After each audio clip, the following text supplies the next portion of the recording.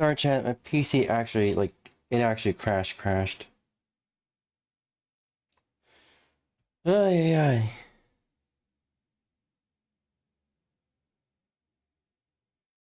Honestly, I hate it when that happens. I think, I'm not sure, but I think my RAM sticks is actually going bad. My actual RAM sticks in the PC is actually gone bad. I'm not exactly sure. It shouldn't be crashing at this.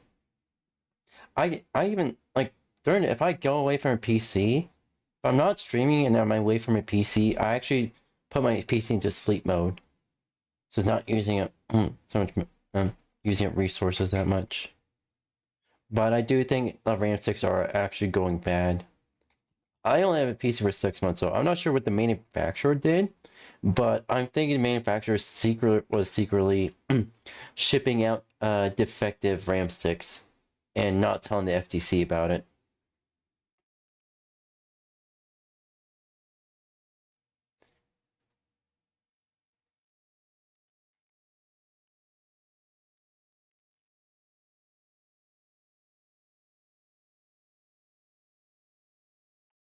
Meow, meow. Hold on. The actual, there we go.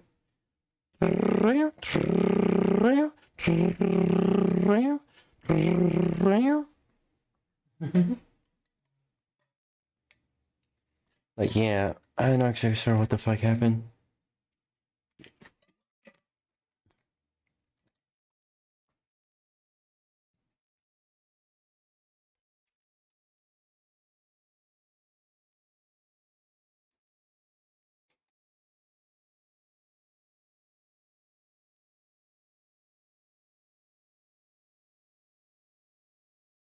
Drinking, and the atmosphere was festive and reckless. Someone brought out a large box of fireworks and suggested a dare. They challenged a 32-year-old man in the group to sit on top of the box while they lit the fuses. Friends laughed and egged him on. The man... That's fucking retarded and a half. I don't like using our word, but this is one of the instances where it's actually valid to use. I don't fucking understand. I don't fucking understand. Emboldened by alcohol and peer pressure, agreed. He climbed onto the box and sat down. His friends lit the fireworks. For a moment, nothing happened. Then the entire box exploded beneath him. The force of the blast was catastrophic. The man was thrown into the air. The explosives detonated with tremendous power, causing fatal injuries. Friends screamed and rushed to help, but it was too late. Emergency service... The fuck you expected was gonna happen, fucking dumbass? Yeah. Yeah. If I can...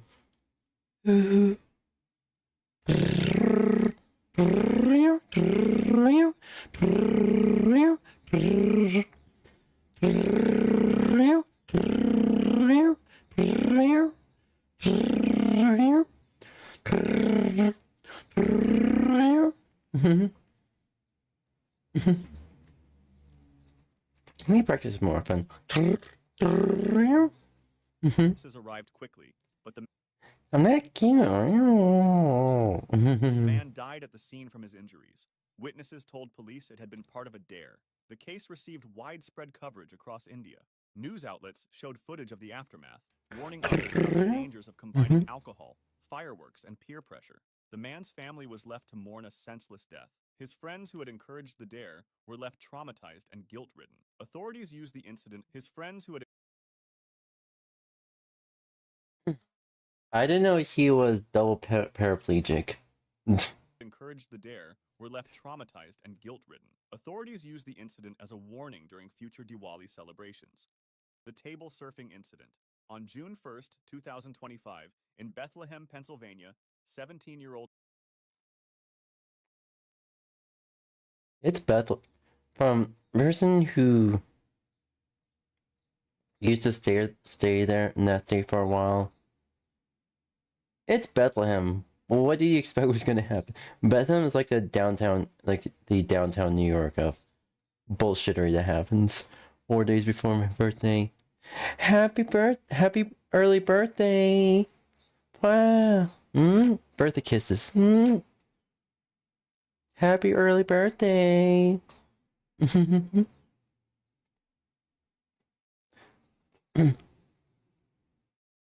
what do you want for your birthday? Other than me?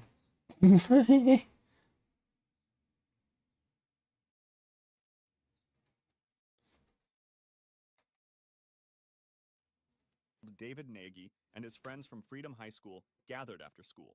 They had been watching viral TikTok... You're like 200 odd.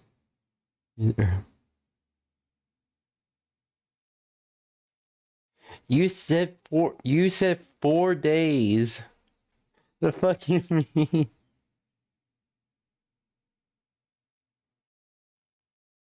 You said 4 days. What do you mean 200 on days early? Yeah, June 1st. You said 4 days. What do you think I was gonna interpret it as?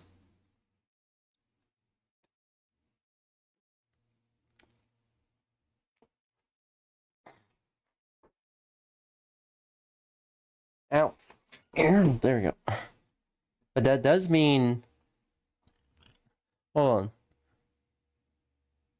on.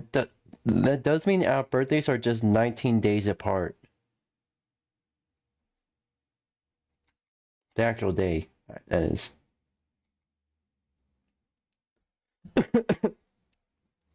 Videos of people table surfing, riding on top of tables tied behind cars. 40. There we go. What's yours, cutie? Okay. From your birthday, add 19. So it'll be 1 plus 19.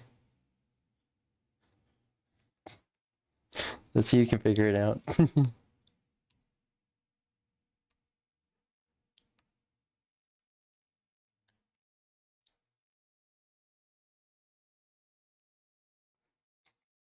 There you go. Cars. The videos made it look thrilling and fun. The teens decided to try it themselves. They found a folding table and flipped it upside down. They tied it behind a car with rope.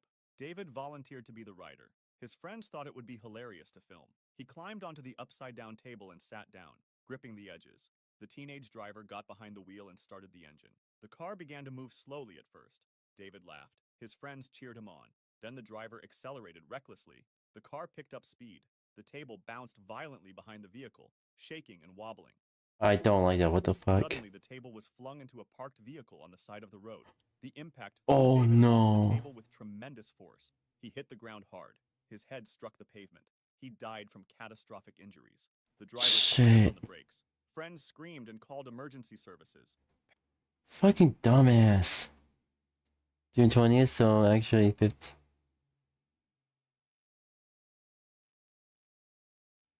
So that's...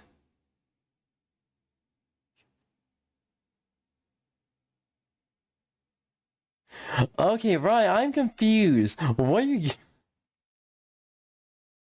In 15 days. Hold on. Right, you said... Oh, June 5th. I see. I'm starting to think I actually have some sort of dyslexia. I don't actually know. I need to do a reading problem. Oh. Yeah, I'm starting to think I have some sort of dyslexia. This is having multiple occasions.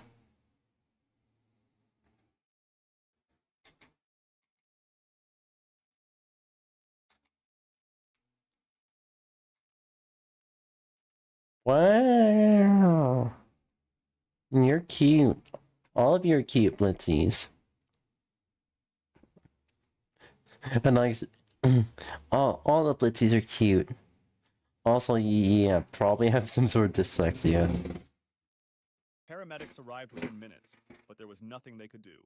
Prosecutors charged the teenage driver with involuntary manslaughter. The case drew national attention as an example of deadly TikTok dare trends. David Nagy's family spoke out about the dangers of social media challenges. Schools across Pennsylvania held assemblies warning students about table surfing and similar viral stunts. David's friends were left traumatized. What started as an attempt to recreate a viral video ended in tragedy. Because a vehicle was involved in this, he had to be charged. By law, he had to be charged. Senior assassin incident. On a day in May 2025, high school seniors in Arlington, Texas, were participating in Senior Assassin, a popular end-of-school tradition. The game involves students chasing each other with water guns, trying to eliminate opponents. It's meant to be harmless fun, a way for graduating seniors to bond before heading to college. Aww. Players track each other's locations and stage surprise attacks. That afternoon, 17-year-old 𝙂𝙚𝙣𝙚 was participating in the game with friends. They had spotted their target and began pursuit in a Jeep. The chase intensified. The vehicle accelerated through streets. The adrenaline Why was the high. fuck would you The do teenagers that? were laughing and yelling, caught up in the excitement of the game. As the pursuit continued, Isaac climbed onto the back of the moving Jeep. He was That's trying even to get a better worse. position during the chase. Friends later said he was riding on the exterior of the vehicle. Then the Jeep hit a bump in the road. Isaac lost his grip and Oh fell from the no. moving vehicle onto the street. His head hit the pavement with devastating force. The Jeep screeched to a halt. Friends jumped out, screaming. Someone called emergency services. Isaac was rushed to the hospital with catastrophic head injuries. For weeks, he remained in intensive care, clinging to life. Doctors did everything they could. His family kept vigil at his bedside, but the injuries were too severe. In early June 2025, after weeks in the hospital, 𝙂𝙚𝙣𝙚 died from his injuries. Investigators confirmed the death occurred during the Senior Assassin game. The incident sparked debate about whether such games should be banned. Some schools across Texas immediately prohibited the tradition. If you'd like to see more stories like this, make sure to subscribe. That's because the particular school involved was actually ended up being involved in the wrong death lawsuit. Yeah, I'm not sure it was Texas anyway. Plus, if Texas refused to prosecute anyone for it, the actual U.S. U.S. Congress would actually get involved.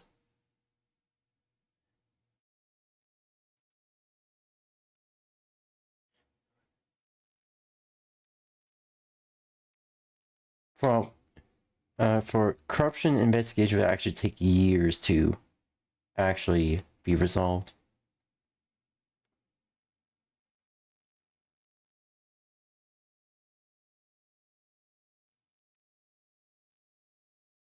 What happened to Jack?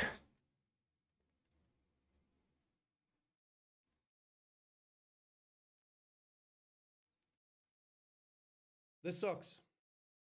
It really sucks.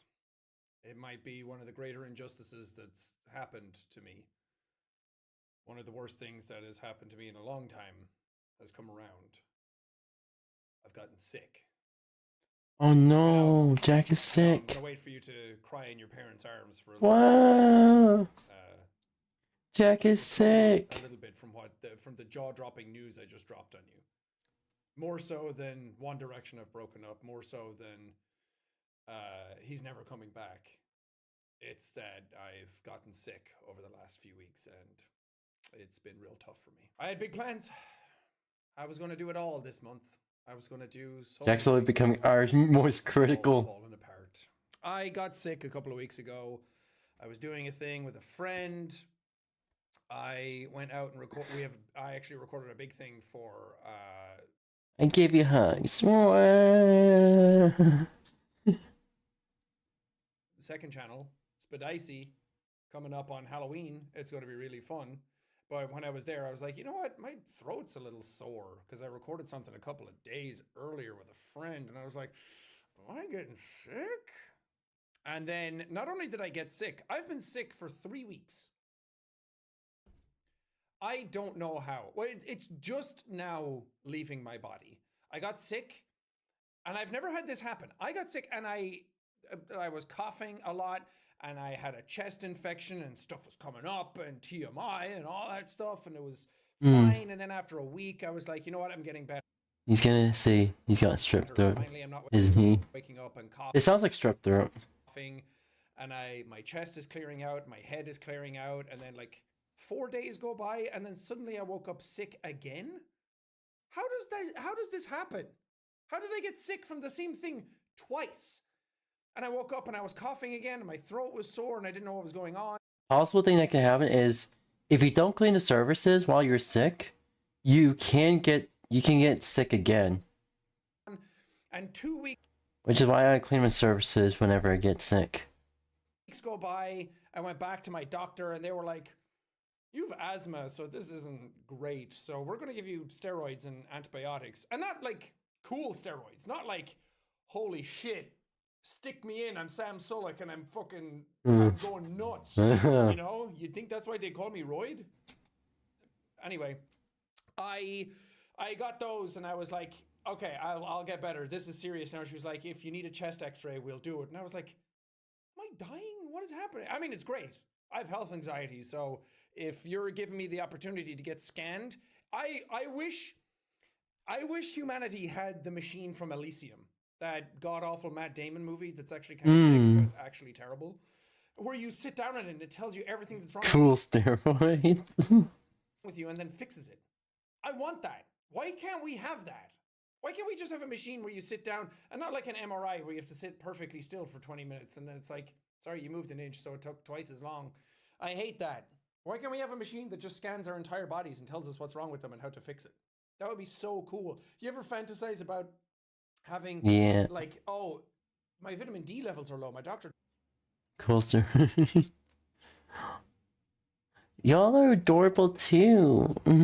What if I start taking vitamin D and then all of a sudden everything gets way better? What if depression go by? What if vitamin D? More like vitamin D nuts. if I like get strong and taller? What if everyone thinks I'm cooler now because I had vitamin D deficiency? You're both super adorable. And now my life is actually better and this one supplement fixed everything. There must be a term for that. But it actually got pretty bad. I was worried about it for a bit because I have asthma, I was worried about my health a bit more. So I couldn't do much just because, like, I would wake up in the morning and I couldn't breathe. I would wake up and I try to get like a full breath. It felt like I had like...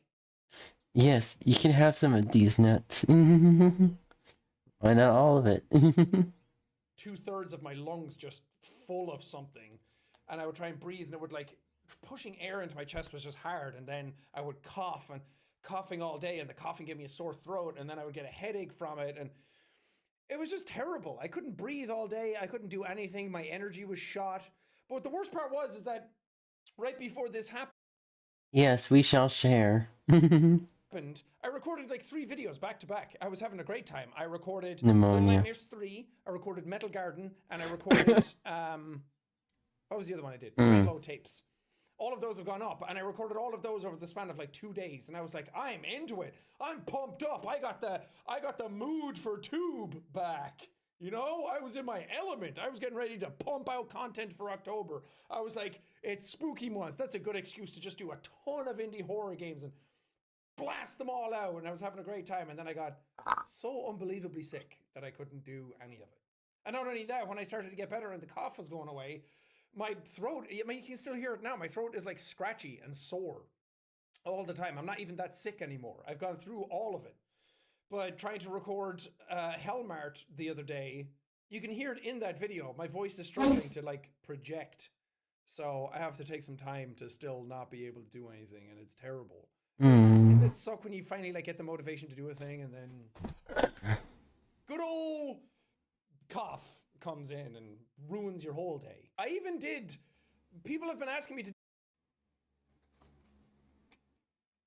And chat, by the time you finish, I'll be all dried up. Do No, I'm Not a Human a lot, and I really wanted to do it, and I recorded like an hour and a half of it, got like a bad ending. I was like, okay, I'll start it over again and redo like my session so I get a good ending, and then we have like a full video and we have the whole thing. And I was like, maybe I can upload the bad ending version of it, and we watched it, and I was like, that's not a video. That's not. Oh my. Jesus fuck. Good. Jesus fuck. There's no ending to this, and it's so unsatisfying to get to the end and get killed and be like, well, what now? I guess we just wait. So I'm waiting to like add on to that. Whether it happens or not, I don't know. It's so much time has passed. So like, I don't even want to do that anymore. But it's just so annoying. It's like, not only I sit here and my job is so easy. I sit here and I play game and I try and have fun and I upload it, and that's it. It doesn't take that much. All it takes is hours, and that's it. But sitting here and trying to do it when the health isn't in order, I could do it and just be like, oh, he got me. I could do a Moist Critical version of No, I'm Not a Human. Just be like, what's up, everybody? He's at my door again.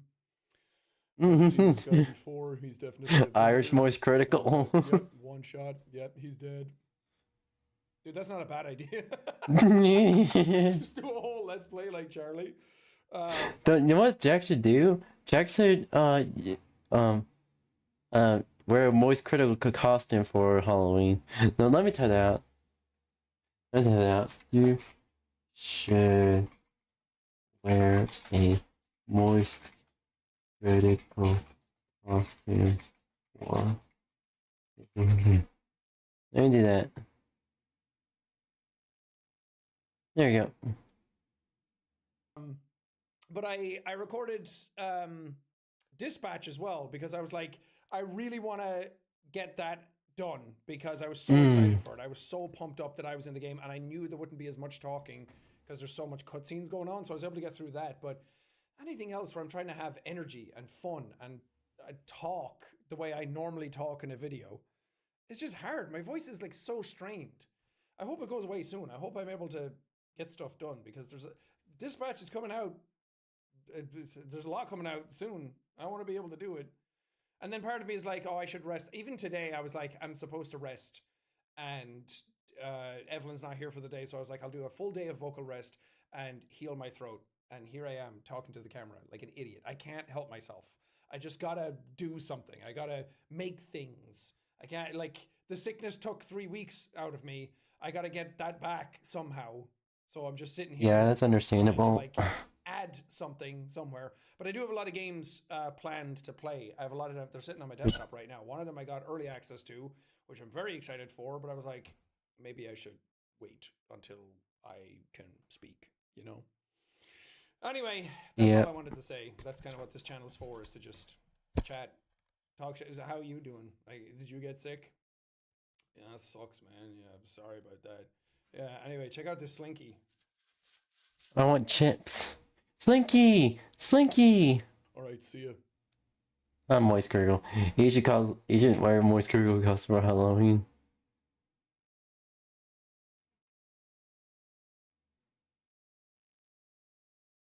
I'll get you chips. Yay! Chips! Chips! Reddit is not the good guy.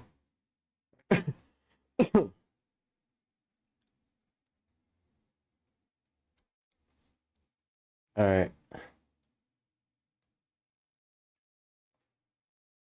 Oh yeah. Hello, Chippy guys chips. and gals, me 𝙂𝙚, and what if I told you Reddit actually did something good?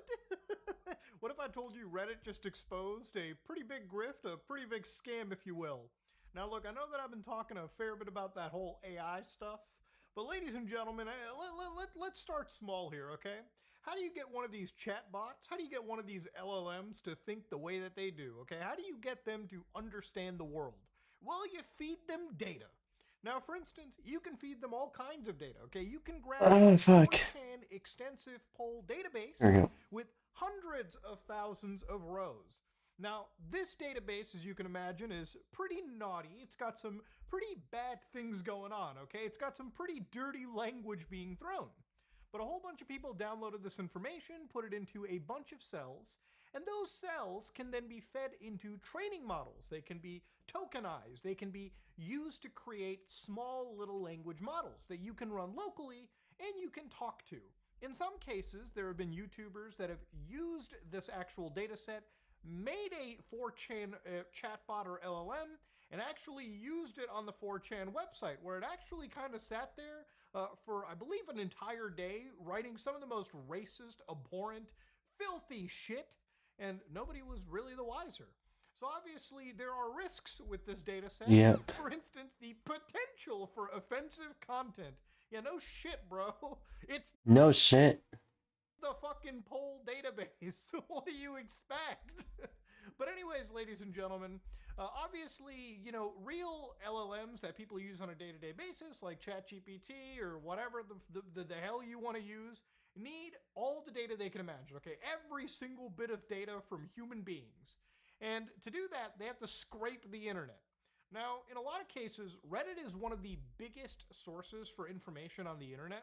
And in some cases, they've actually made deals with Google to the tune of $60 million. Around 2 years ago, I talked about it, where they would basically license out your user-generated content, because let's be goddamn honest here, 100% of Reddit is, from what I understand, user-generated content, okay? It's just people writing posts and a whole bunch of moderators having a Yeah. whole power trip for a whole $0 I get to make a salary, poll. okay? Ooh. Let's see what the poll is about.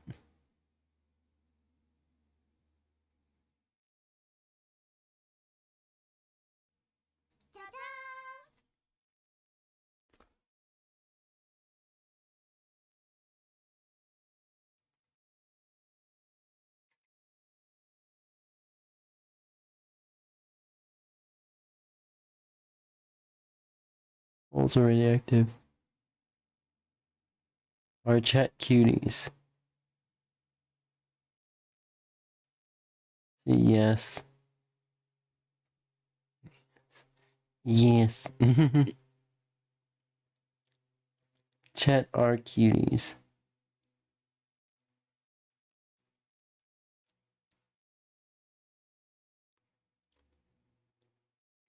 I say chat our cuties.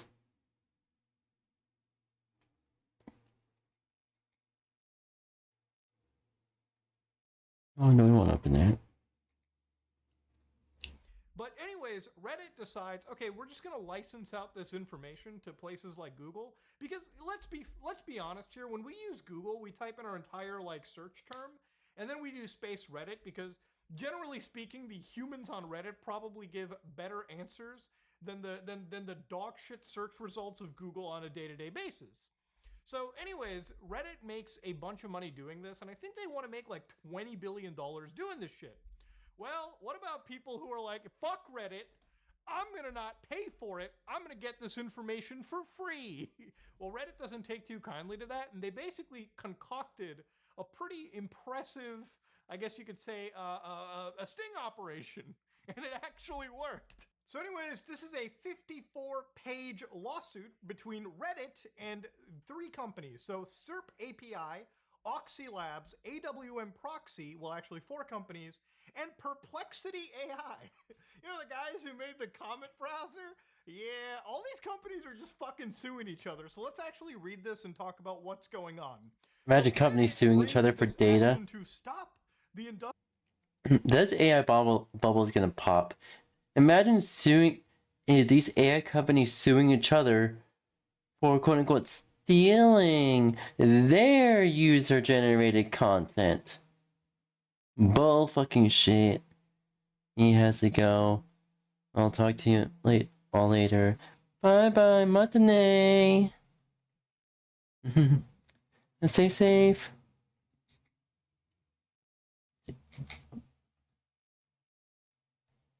No, stay safe, cuties. industrial scale unlawful circumvention of data protections by a group of bad actors who will stop at nothing to get their hands on valuable, and it is valuable, copyrighted content on Reddit. So again, it's your user-generated shit that Reddit wants to keep safe. Remember, Reddit doesn't give a fuck about you, okay? They don't give a fuck about the user. What they give a fuck about is using the information you post and selling that on their terms to Google or whatever fucking organization they want, okay? They do not care about you. I'm not here to pitch Reddit as this altruistic good guy. Really, they're trying to keep their nuts safe. That's what's going on. So they mentioned these 3 companies, Oxy Labs, AWM, and SERP API, which again, they say it's a Lithuanian data scraper as Oxy Labs is. AWM is a former Russian botnet. What the fuck? And then SERP API is this Texas company that publicly advertises its shady circumvention tactics. So to show you what SERP API is, you can actually purchase this for yourself. And you know when I showed you a local LLM that I had, instead of using like SeerXNG, like your local like search engine, you can purchase access to SERP API and have it scrape information for you. So for instance, I looked up Halo Remake, and it looked up, so this is what the page looks like to you. Now what SERP API does is it grabs information about everything that you're seeing. And LLMs will take this information and use it to, feed back information to the user, right? So the allegation here is not that they're opening up Reddit, for instance, right? It's the fact that the search engines, for instance, SERP API, will do the same thing that I talked about, where again, you type in Halo Remake and Reddit. Now, of course, obviously... Gonna eat. You are back. Alright, matane, stay safe. Mostly the snippet sections, right? Or for instance, they want to look at, again... I should be eating some food. I should be eating something. Fuck.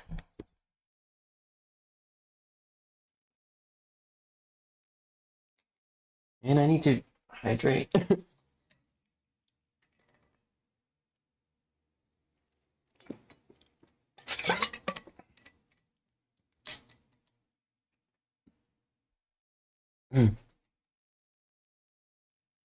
And just people talking about this, whatever they can scrape from Google SERP or Google's API, instead of directly going into Reddit. And sometimes, you know, if you're looking at Reddit over here, you might get the answer through like the Gemini prompt up top, or you might just get the answer in this little section. And that is one of the things that was being scraped. And of course, other companies like Oxy Labs will kind of do this. SERP API, for instance, wouldn't even be something that Google would approve of in their terms and conditions. But that's the grit. These companies scrape the internet and basically package it in a nice way for all these AI companies and just other people in general, right? Like that's the whole operation. When it came to AWM Proxy, for instance, where they alleged that it was this apparent like actual like Russian botnet, That was more specifically related to the 𝙂𝙚 botnet, which this is all the way back in 2021, 2022. But basically, at one point in December 2021, Google was suing 2 Russians that were apparently alleged to be behind this botnet. And literally the same day, 𝙂𝙤𝙤, which was 14 years old and apparently rented hacked PCs to cyber criminals, also went offline. And it was also the understanding from many people in the security game that 𝙂𝙤𝙤 and 𝙂𝙤𝙤 was kind of one and the same.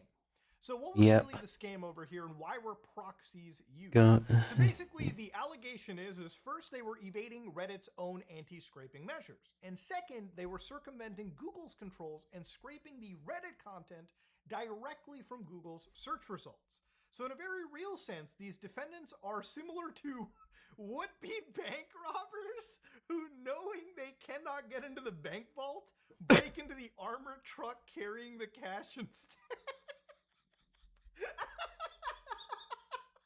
Bro, they made it sound like the beginning of fucking Heat, bro.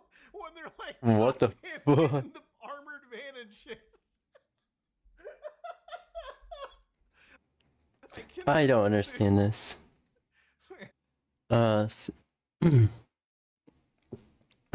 Thank you, TDD, for following. Welcome. Some days I wish I could be a judge reading this Is shit. I your- would lose my mind in a courtroom, dude. No, I don't Defendant think. Perplexity AI, an AI company that is more akin to a North Korean hacker, is a willing customer of at least one of its co-defendants and will apparently do anything to get the Reddit data. They're making it sound like that they're this massive international criminal organization, which one, not so much of that. Two, they need these companies actually need to be criminally charged for mass plagiarism. Any AI company that claims to use the AI. Any company that they claim to use AI to quote unquote enhance user experience, they need to be charged for mass plagiarism.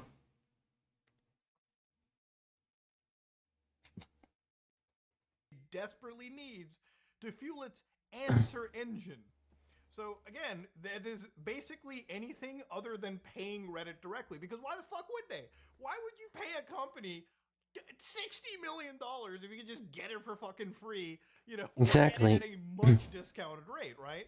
Which is obviously what Perplexity would allegedly want to do. Okay, I'm not saying that these are all allegations, but again, remember, these companies scrape information everywhere. If they started paying for the training data, I mean, bro, they would go under easily, okay? Could you imagine how in the red financially would you be if you actually had to pay people to use their information and build these LLMs? I mean, could you imagine the fund that would go towards like people that are artists, people who are having their shit scraped, people who are actually putting this stuff together? I mean, it would be crazy. So basically, the allegation too was that SERP API, Oxy Labs, and AWM Proxy. Honestly, for fellow artists out there, we should band together and make a company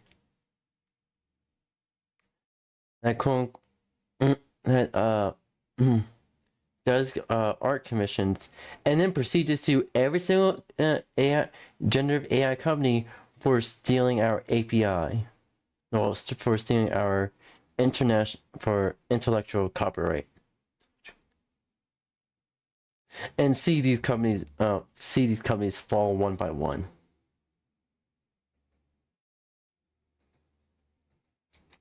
It'll be a big effort, but yeah. Would just scrape the data from Google. And the way that they would scrape the data is they would mask their identities, hide their locations, basically acting as proxies. It would just be like VPNs, right? They would mask themselves, send every request, and make it look like a real human being was sending the request. So you wouldn't trip like Google's CAPTCHAs, Google's like anti-scraping. This was a pretty interesting operation. And they said basically in the span of like 2 weeks, without authorization, 3 billion search page results containing Reddit texts, URLs, images, and videos were basically grabbed. Like, that's insane.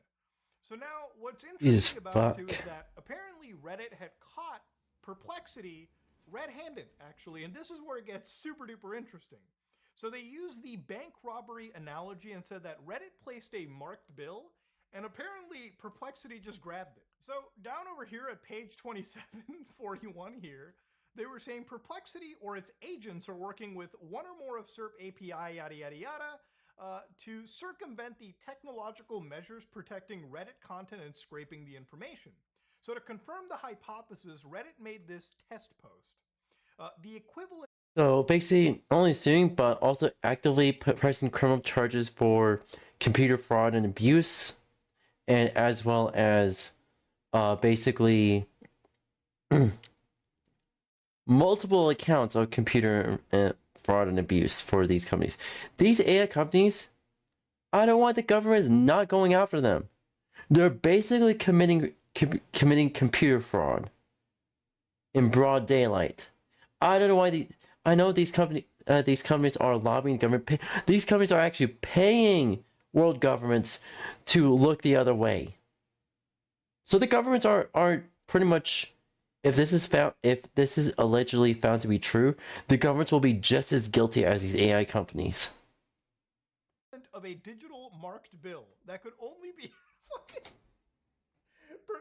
basically Perplexity popped the die pack, okay? The die pack went off. That could only be crawled by Google search engine and was not otherwise accessible anywhere on the internet, okay? So again, they made this post that I guess you couldn't access via Reddit. You could only access it if you were looking through Google search engine, okay? So within hours, queries to Perplexity's answer engines produced the contents of that test post. Why is Reddit's the only one that's suing? I'm a G. Hi Wolfie, welcome. We're just talking about Reddit suing these AI companies for circumventing their basically a scraping protection and basically essentially near DDoSing Reddit. Basically. A few minutes late. I'm here. Lol. But yeah, why is Reddit the only one suing these AI companies? Why not? Want to say, why not studios complain and actively sue these AI companies? Why not Google sue these AI companies for basically abusing their browser or their search engine? I just woke up. I just woke up. How do you sleep? How did you sleep, Wolfie? I don't understand these AI companies. It's fucking shit.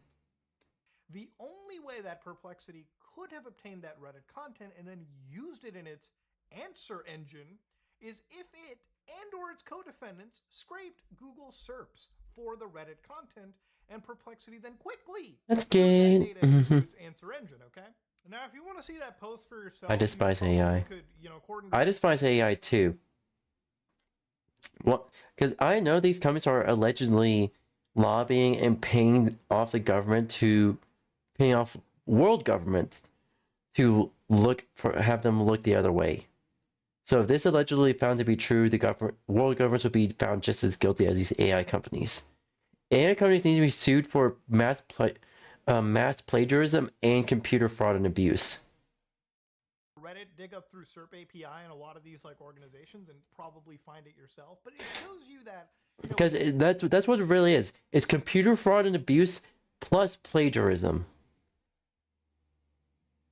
That's what these companies really are.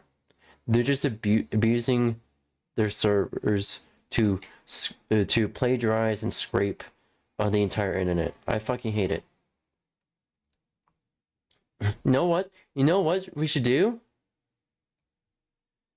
We should outplay these AI companies at their own game. And take... I've had a close friend. Alright, so... Yeah. I was surprised if my art was actually stolen. Because I used to post art on DeviantArt until DeviantArt said, hey, we're gonna be using AI to scrape your art. And like, alright, let me opt out. So I hit the opt out button and whatnot. They still stole my art. So I just stopped posting and just and just left DeviantArt. It fucking sucks. The volume of searches are just I forgot. I need to go eat something. constantly hitting Reddit to grab everything that they can, obviously in their allegation to feed into their AI model. So it's insane too, because they kind of say that the practices led Cloudflare CEO to say that Perplexity's practices better resemble North Korean hackers than the practices of a reputable AI company, bro. Jesus Christ. I mean, there's some pretty inflammatory language over here, and honestly, I'm having Wow. fun reading it, and it's I'm just not funny cute. to see, like, all these big tech companies who really don't give a shit about your privacy, my privacy, or really even our safety, get into these fights with each other and use these languages to like make it look like they're morally above the other. You know what I mean? Reddit doesn't give a shit about your information. Wow. They only give a shit if they can monetize your information in their own AI or with their actual official dealings. Now, ultimately, you know, Yeah. how the fuck does Perplexity respond to this? Everything. I stopped. Oh. DeviantArt's guilty of this because they have their own AI. They scrape artist artworks off, which pisses me the fuck off. Which is why I stopped posting to DeviantArt. I deleted my Reddit account when Reddit mentioned, hey, we're gonna use your information to basically make a profile on you and possibly sell your data to third party companies. Like, okay, deleting Reddit, fuck this shit. You know what's also shitty about Reddit? When you delete your account, your content does not get deleted. The username and the actual display name, the display name gets deleted. Actually, the display name and username just get changed to deleted. It gets changed to the word deleted, so the account is not actually deleted. And why? Because they want to scrape your data. I should have never made a Reddit account. No, if I knew Spez was gonna do that kind of bullshit. And I should have never made a DeviantArt account if I knew DeviantArt was gonna make an AI and just steal our art.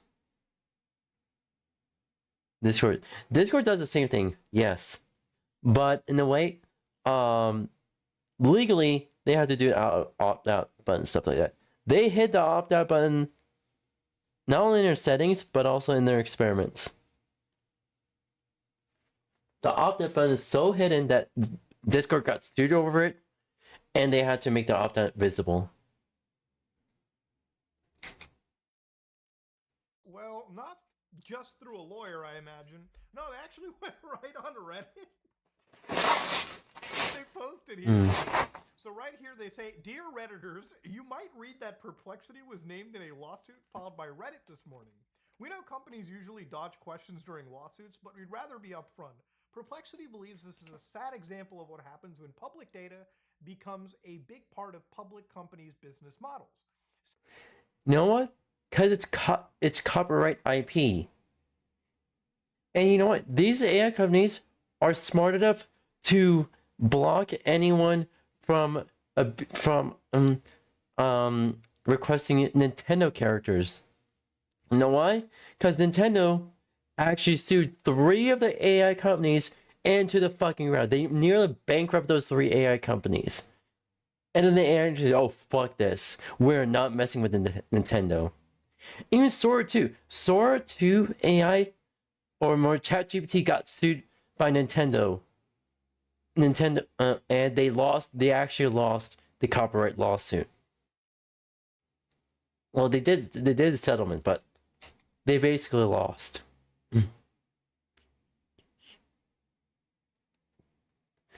Wow.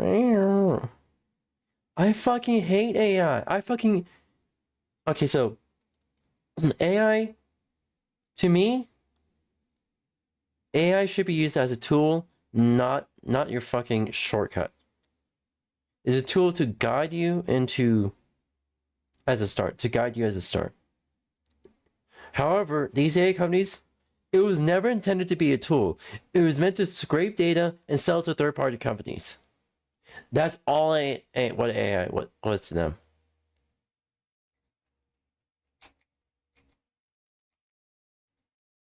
Generative AI should not be used. Generative AI should not be used at all, basically.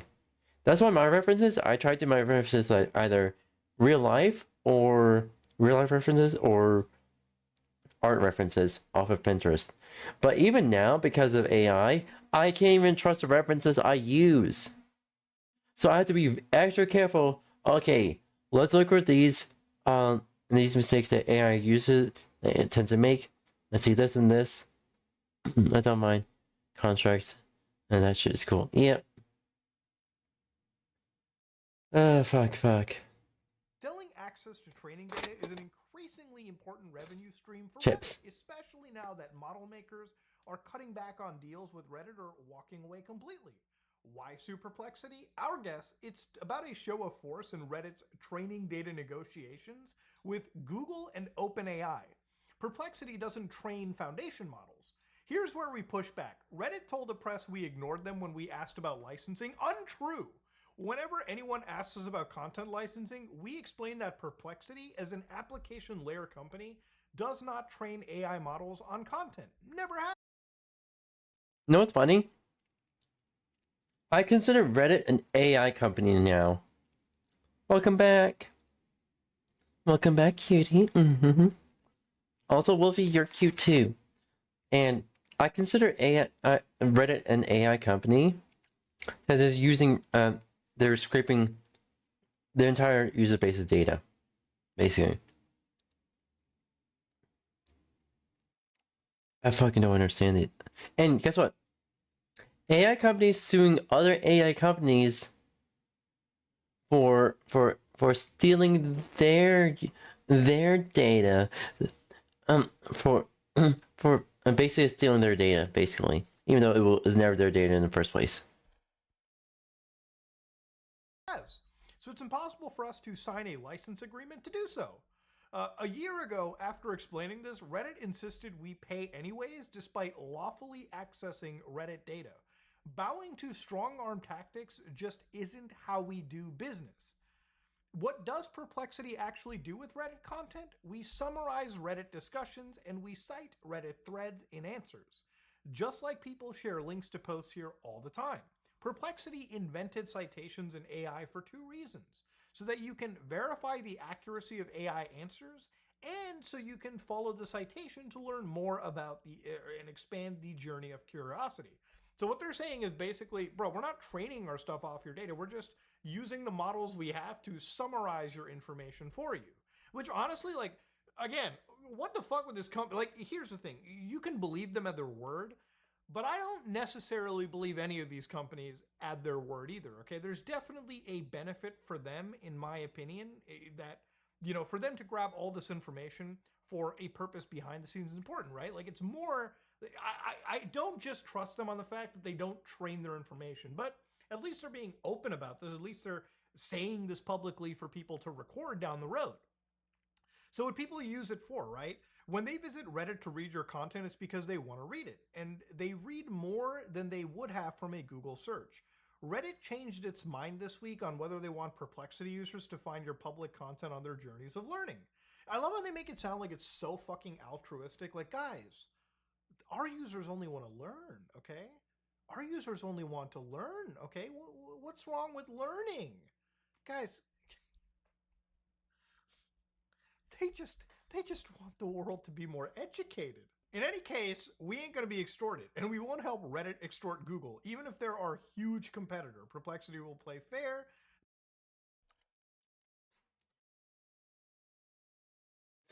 Ooh. Wolfie, you're a good girl. You're such a good girl, sweetie. You're such a good girl. Wait. Too late. You're a good girl now. It's too late, Wolfie. You're a good girl now. Now put on this dress.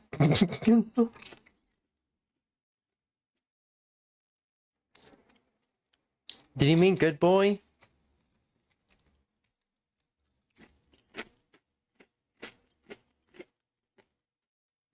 You're a good girl, Wolfie. You're a good girl. Oh no, what have I done?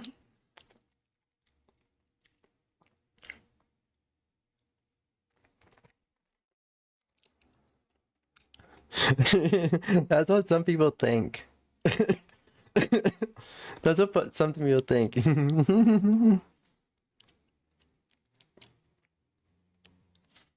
You fell for a trap. You're a good girl. You're a good girl.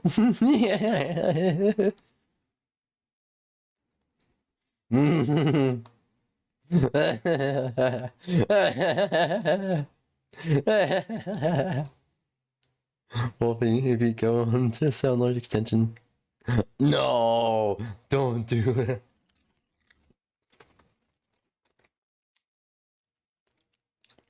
Alright, that could be arranged. We could put him in a maid outfit. I'll give you a maid outfit. And I'll give you this egg-shaped hat.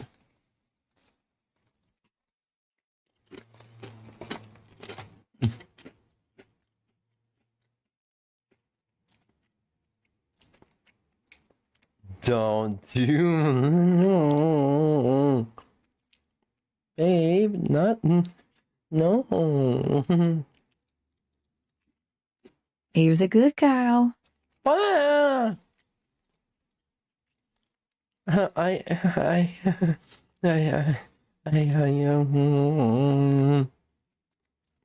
wow.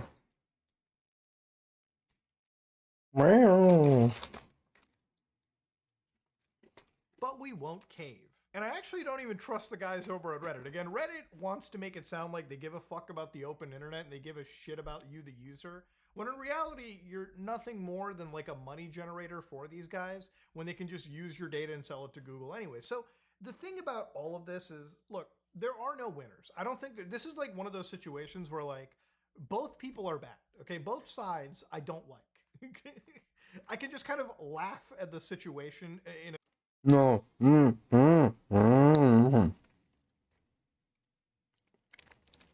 Good thing we are.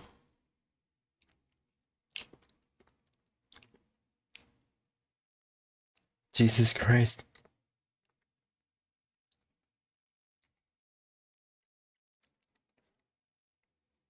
Jesus Christ.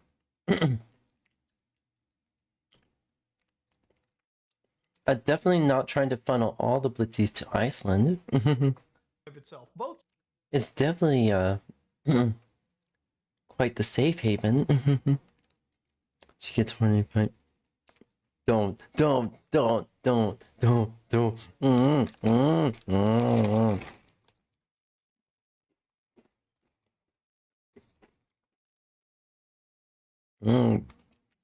sides are trying to be this like morally grandstanding over the other, but in reality, they're both just dipshit tech companies that really, at the end of the day, care about the user. I don't really believe. God damn chat. Damn, chat's bullying me today. Perplexity when they say that their ultimate goal is for people's curiosity to be sort of like tamed because they're so titillated with the thirst of knowledge, and I don't necessarily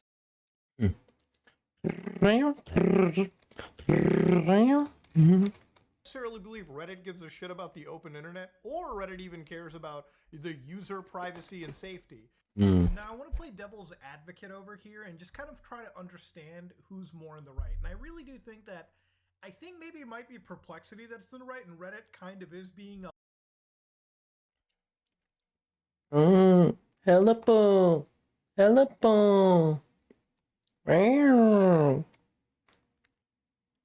God damn, using sound lords gets me. Hey, all the sound lords are free, alright? Unless if it gets abused to the point that I have to price it to a minimum, all the sound lords are free. a little bit of a scumbag here. So if what if what Perplexity is saying is pretty true, if you actually go to their page, I think what they're saying is if you My open up dick sort fell of off! Perplexity's AI.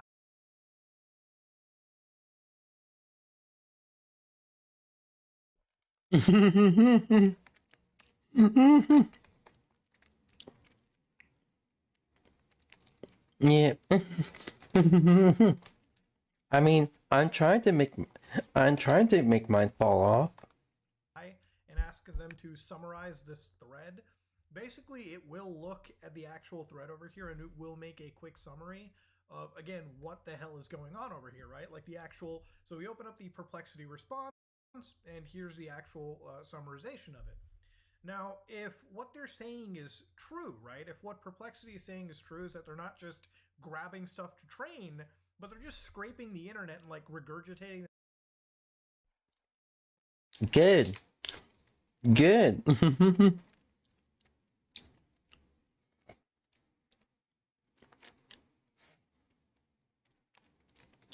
Give me yours, babe. Yes, I would give you mine. Let's trade. I gave you mine. I give you mine. You give me your boobs. Well, if you could be choking on something else, you know. That information through their models, then it's not so different than, for example, if I set up this local LLM, and so for instance, I have web search capabilities that I. We just need to find a sketchy surgeon who's mad enough to do it. Oh yeah. Is the little wolfie up bottom? Is this a little good girl wolfie up bottom? Not at all. Are you sure? Are you sure? You said you would wear a maid outfit. Connected through my own local search engine. If I just send a message, it'll actually start searching the web. So it'll use CRXNG and scrape the internet for, again, the results. So give it a second. It's loading up the model. It'll just search for you. So you can see right over here, it's got some search prompts. It actually searched 3 websites. In fact, those websites were also Reddit in this situation. Again, this is a local AI that I'm using, right? And then it'll produce the actual response for me. And yeah, you can see that like the Comet browser that I was using, which was Perplexity's AI, my own local AI is doing the same thing, albeit obviously slower and probably of lesser quality compared to whatever AI system that they use. So I guess there's not really a training that's going on over here. It's just literally, this is what Perplexity is saying. Like, we're not actually training your AI. We're just like grabbing information from your website and then regurgitating it in this manner. Now, ultimately, at the end, Reddit kind of did expose to an extent how these sites kind of operate, even if it's not plainly out in the open, even if they are rejected, right? Like, what Reddit is basically saying is that whenever you go to any website and they have this robots.txt. Jeez.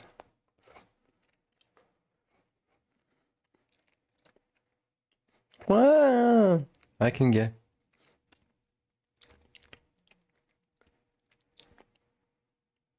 Oh, I can top easily. I can top all of you easily. Yeah, I've yet to see the proof of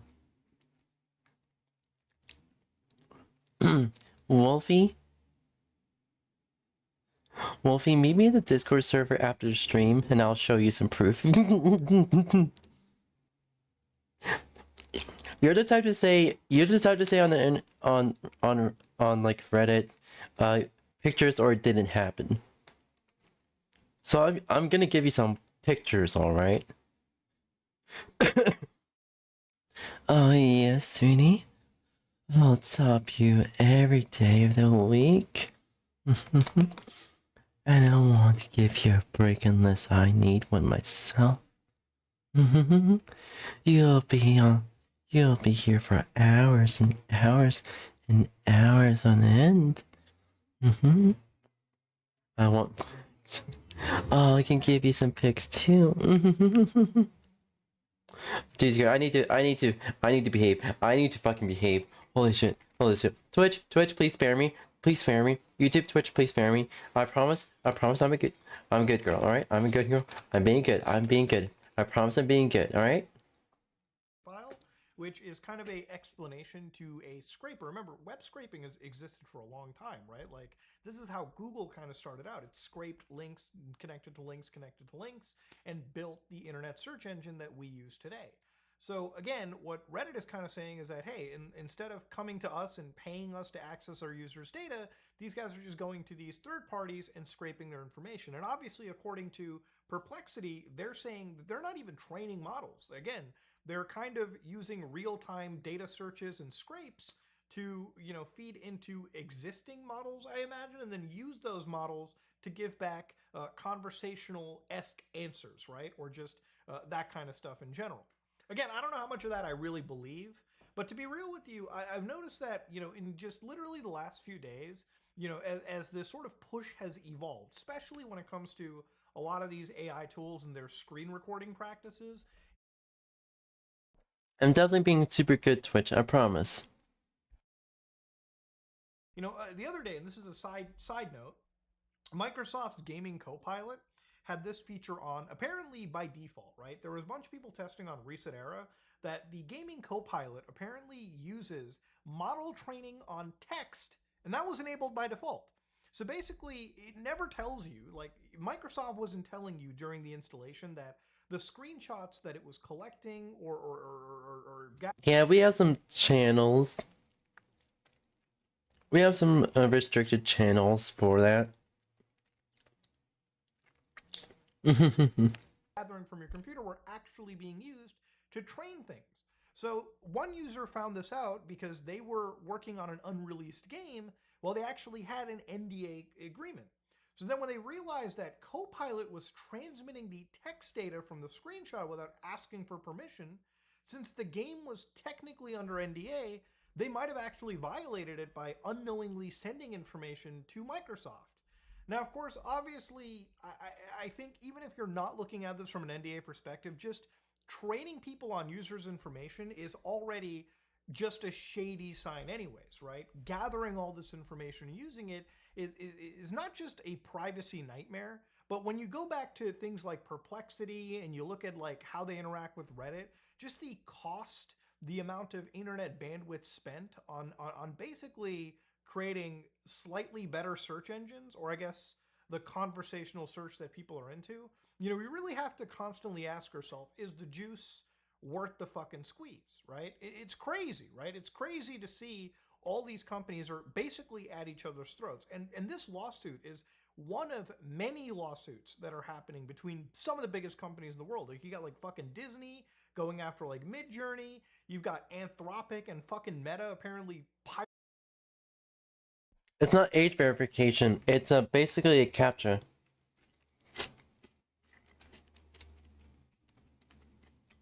Hello, Wolfie.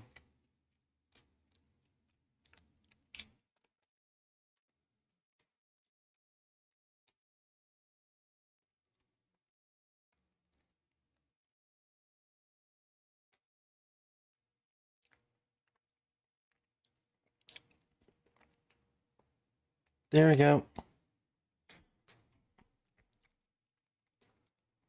pirating the goddamn entirety of human books and then using it to train their engines and sort of like getting cases dealt one way or the other. It is an insane minefield to go in. But ultimately, at the end of the day, Reddit did. Oh, it's built in. It's a whisper. You just like hold. I believe for like Twitch streamers, you just go to the Twitch channel on the three icons, the hamburger icon, just hit whisper. Or like in chat. I believe in chat, it's you actually hold down or right click the actual username and just whisper. And hit whisper. Expose a huge scam. They did expose a pretty bad bank robbery that happened, in their words. And ultimately, they are kind of right, okay? They were right. But I don't think Reddit's an altruistic company. I don't think they give a shit about you. honestly, from the sidelines watching, it's just looking at two douchebags going at each other. Now, who is the lesser of the douchebags in this situation? I think, given Reddit's history, you know, I may have to give it to I may just have to give it to Perplexity. They might be the slightly better company because Reddit is just a goddamn shit minefield to go into. But yeah, ladies and gentlemen, the girls are fighting. The girls are fighting. And they're exposing each other. And all we can do is sit back and scream into the void at how unnecessary this shit really is at the end of the day. If you like what you saw, please like, comment, and subscribe. Dislike if you dislike. Next video. For a while, it was really common to see people use a very particular argument that I think is super sneaky when it comes to reviews for movies and games. If someone critiqued a game or a movie, you would oftentimes find some very enthusiastic warriors going to bat for this multi-million-dollar property in order to fight for its honor, doing PR for free for them so they can continue to fondle their balls. And one of the go-to strategies in their bag of tricks while melting down that someone didn't like something they liked would be, oh, let's see you do better then. Oh, you didn't like this? I saw you. Let's put in my messages.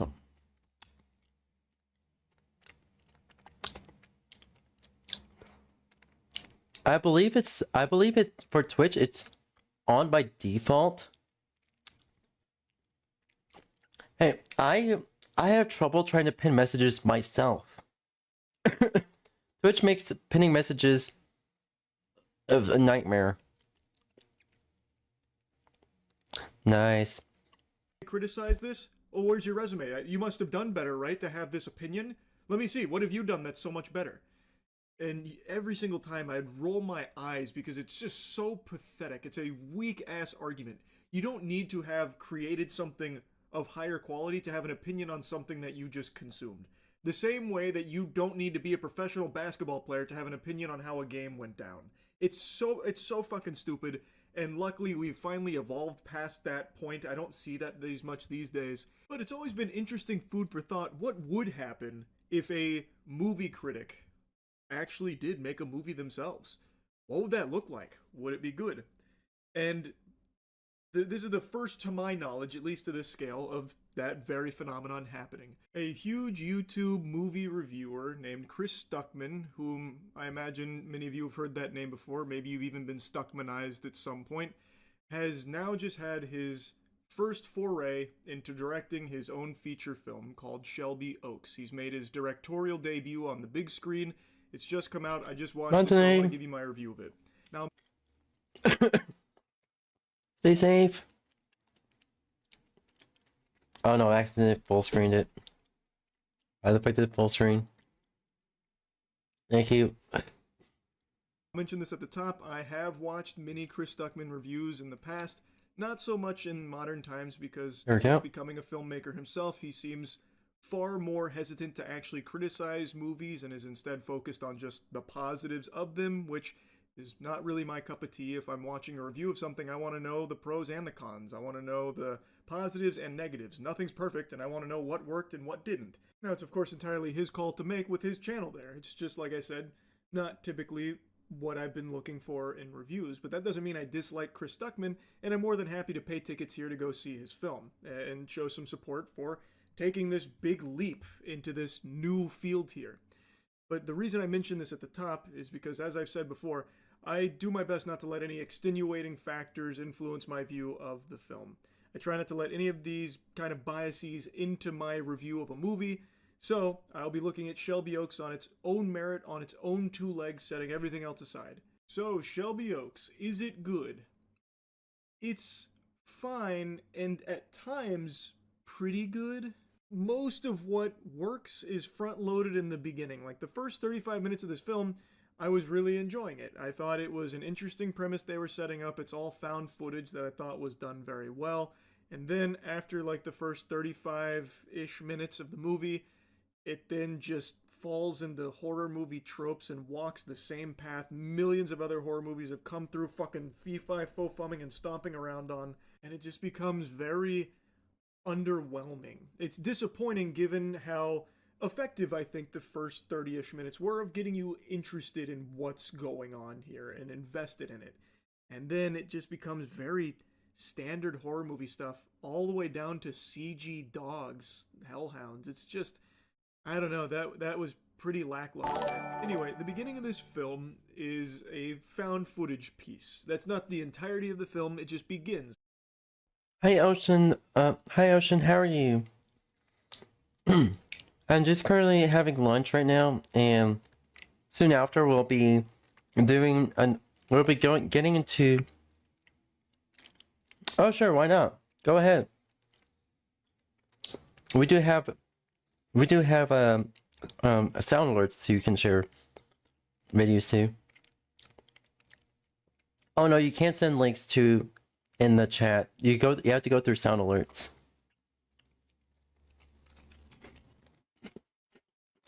Sorry about that. Just can't risk chat being scammed.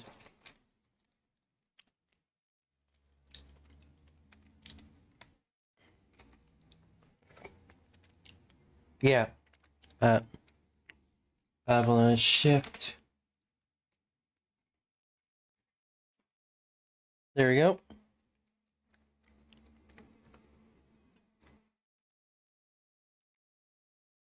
All right.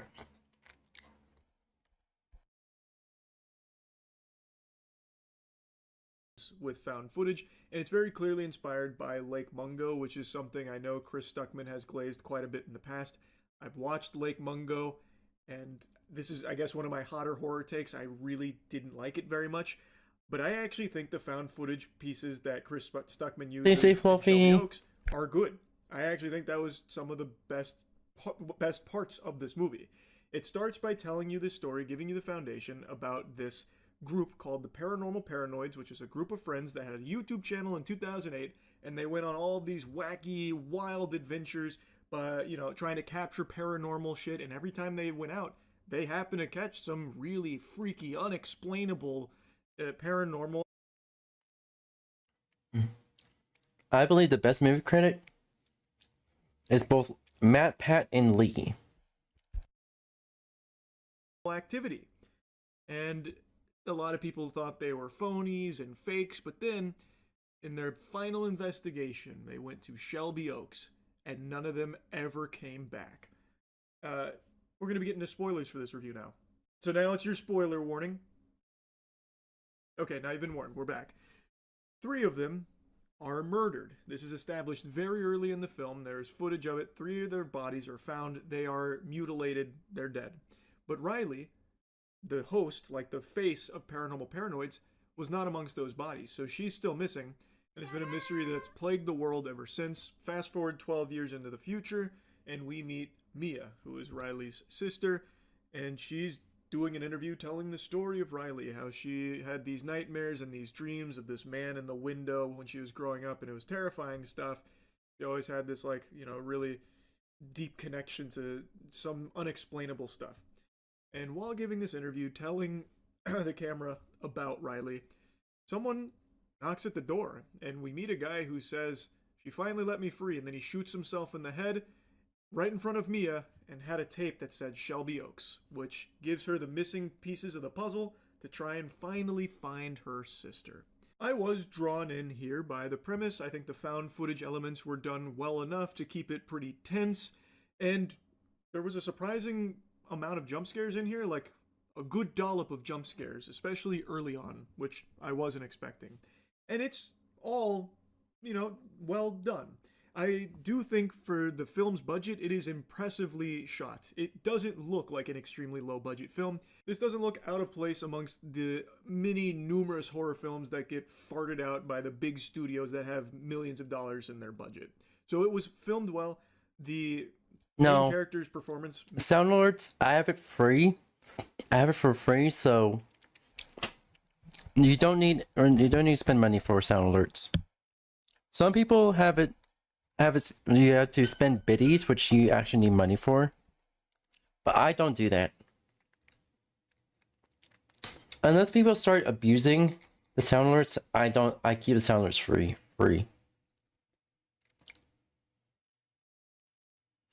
Oh yeah, with the sound alerts, for when you want to share a video, you can't share a whole ass video. So I have it limited to 1 minute. So basically, you can play back any video if it's just 1 minute, at least 1 minute long.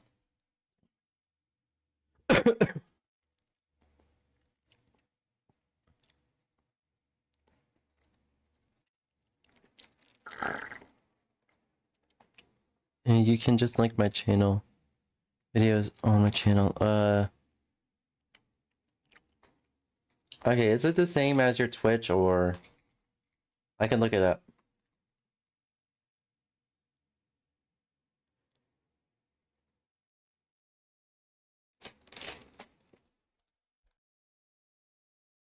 I thought was also well done. And like I said, the concept was interesting. It drew me in.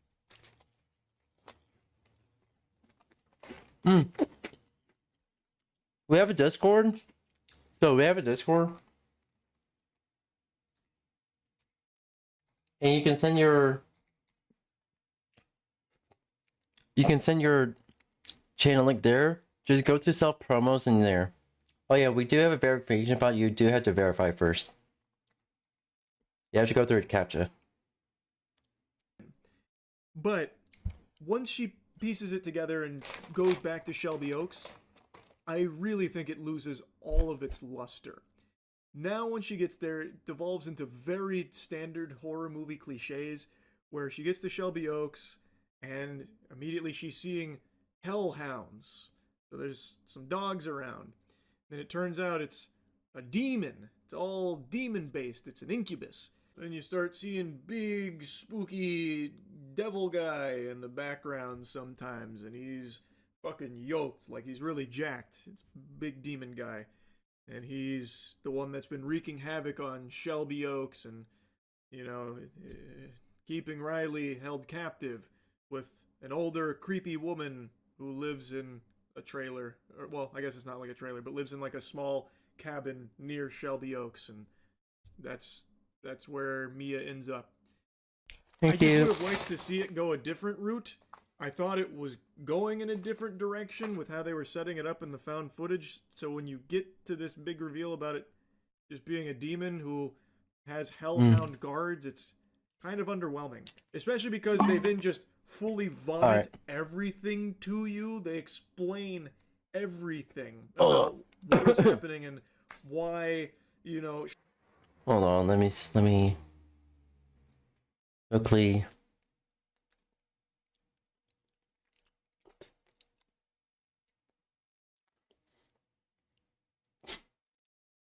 No, I don't want Discord on my main screen. I want on the secondary screen.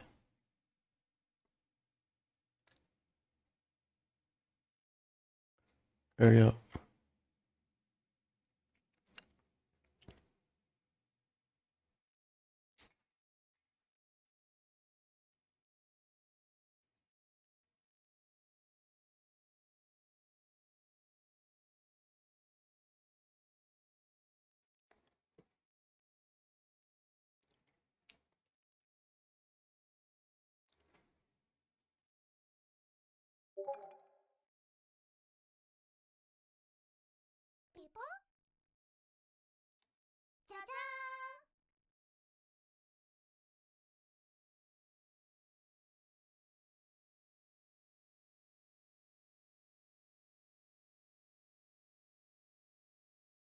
Alright, I got...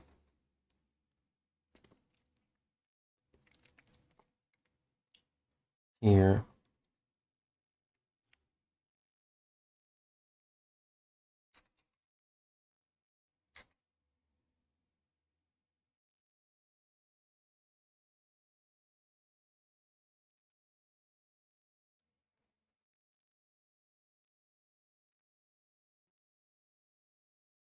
Stream remote enabled. Okay.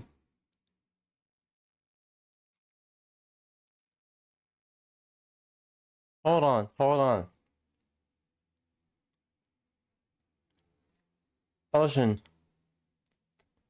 Does it have any copyright music in it? Because I cannot actually play any copyright sounds I can't play anything that's copyrighted, or else my YouTube channel might get struck down, or the Twitch VOD may be taken down. I don't want to risk it. I'm trying to be careful.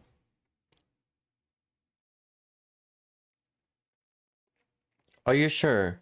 It may be different for Twitch, mind you. It may be different for Twitch, but YouTube, if you play any music that's copyrighted, or if it's in their copyright library, the channel will get struck down. I just want to make absolutely sure. All right.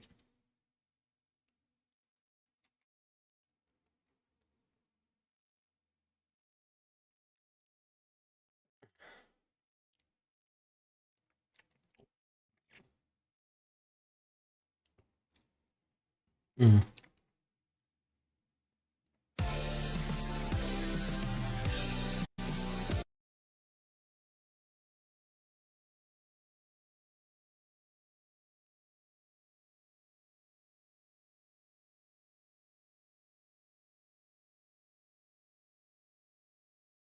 I can highlight it, thank you. ncs.io.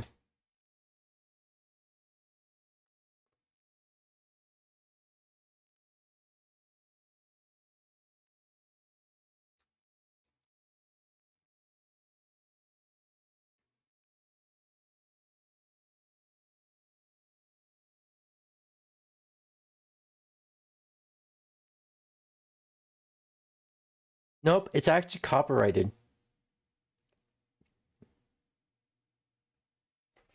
NCS, what about... I don't know any other...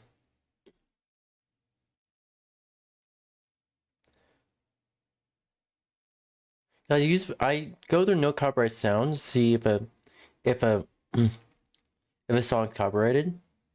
So with my playlist that I use for like my for my and my starting BRB and stream end transitions, Legend of the Story was two of the songs that I was using actually got taken down from no copyright sounds library because the licensing expired, and I got my 3 of my videos got copyrighted, and yeah, the 3 videos got copyrighted, and I realized the 2 songs that I used was actually no longer available, so I had to replace those 2 songs. Like, I will actually see here. I'm gonna see the visuals.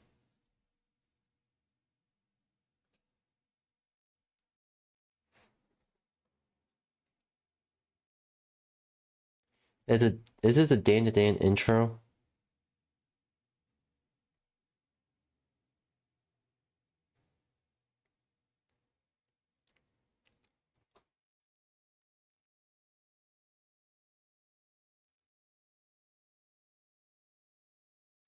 Yep.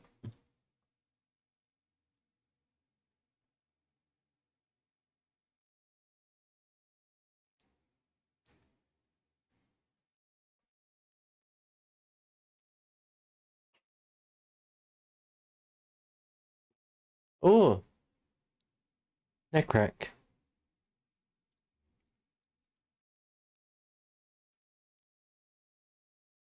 I like the visuals.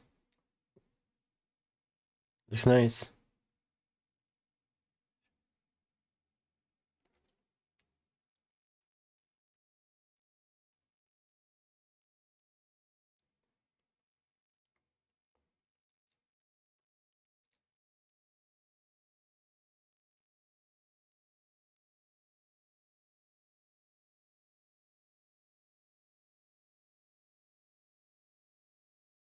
Okay.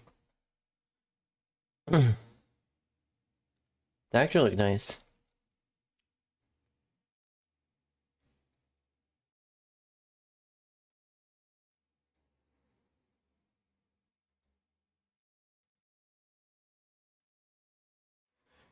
Alright, so Mm.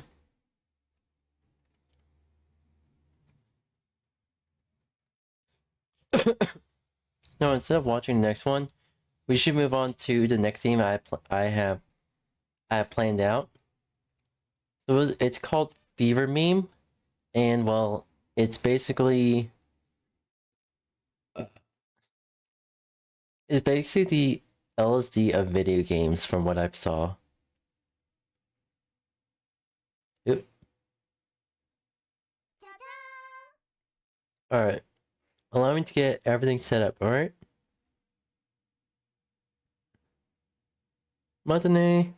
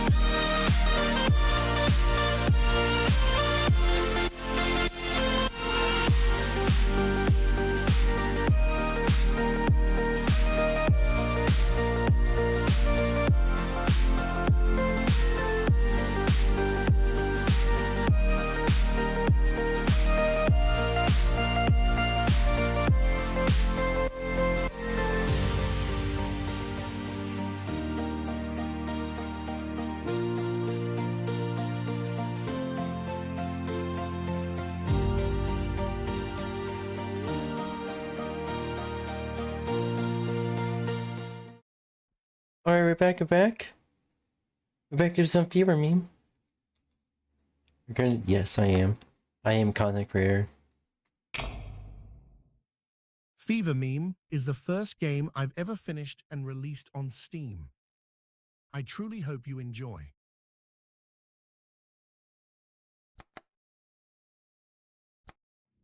Alright.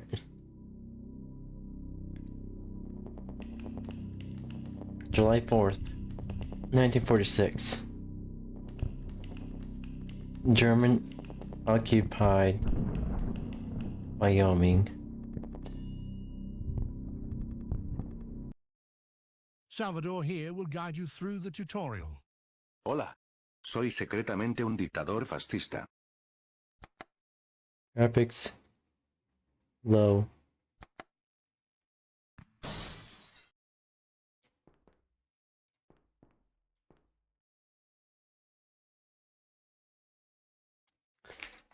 Oh my fucking god.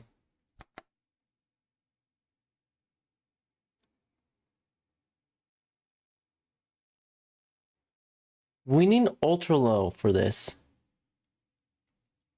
Is this...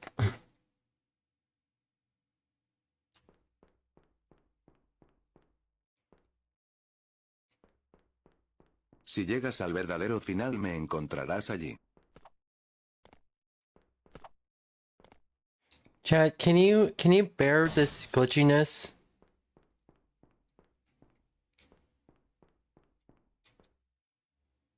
Vine a decirte que hay más en este juego de lo que parece, hay múltiples finales y si no tienes cuidado tu copia del juego se destruirá por completo. What?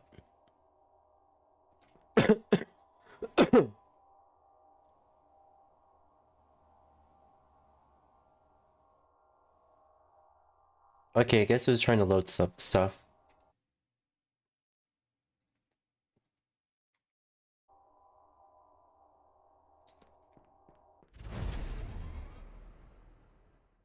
All right, the first actual map of the game. Good luck. Have fun.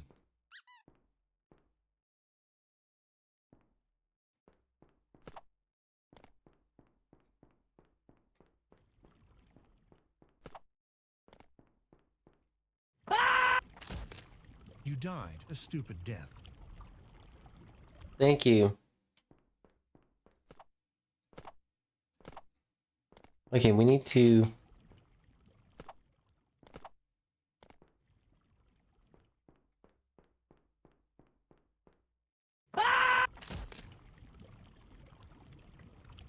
Okay, what did I expect out of that?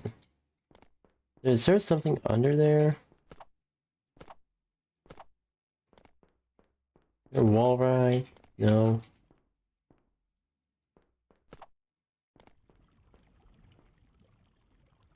What do we do?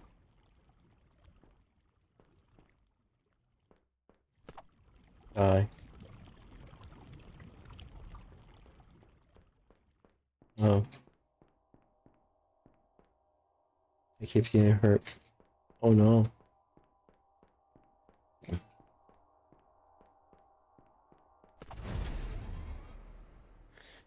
This game is a bit unoptimized.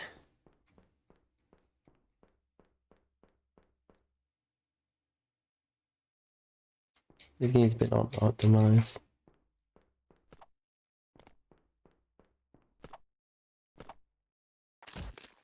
Nice jump, I guess. Fuck you.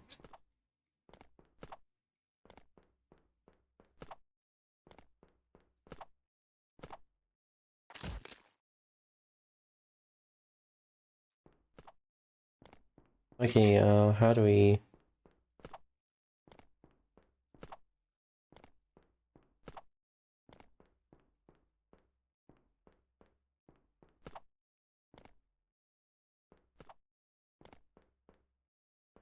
Balls. Come now, you really should have seen them.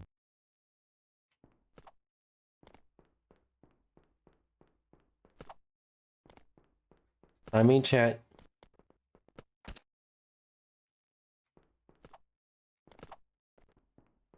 Come on, please. Be.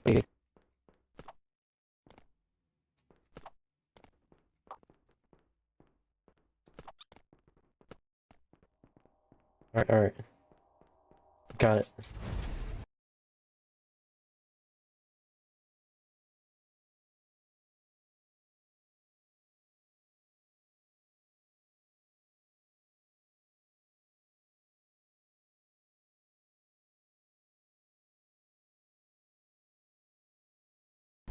We got through it.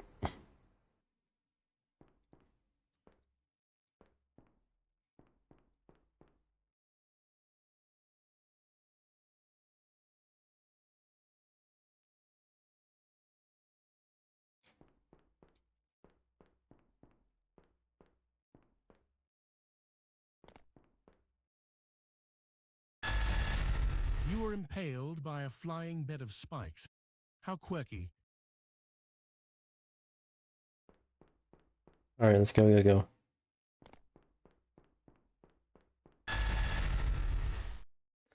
How the fuck was I supposed to?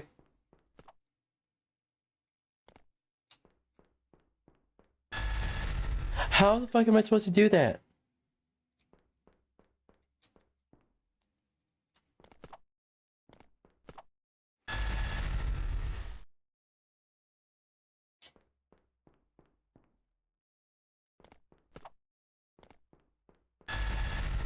What the fuck?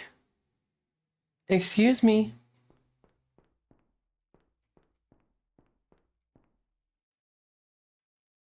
Alright.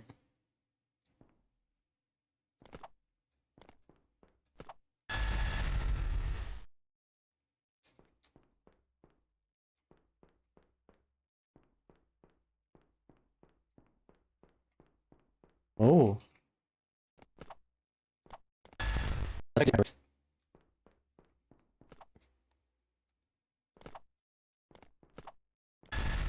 Okay, what the fuck? Right here. Jesus Christ.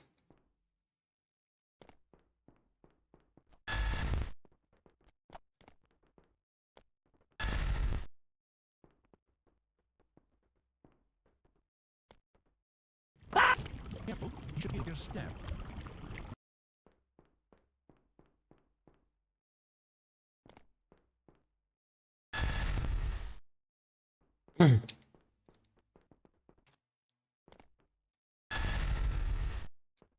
Hey, think of that.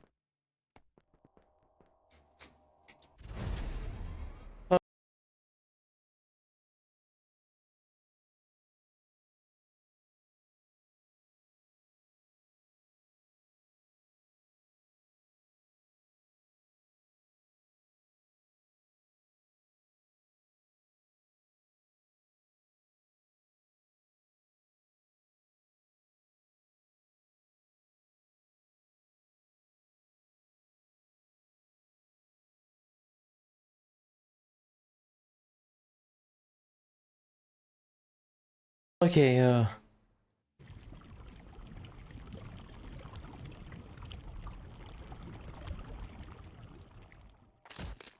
Whoops, I had the gravity turned off. Okay, dang. it's back on this time.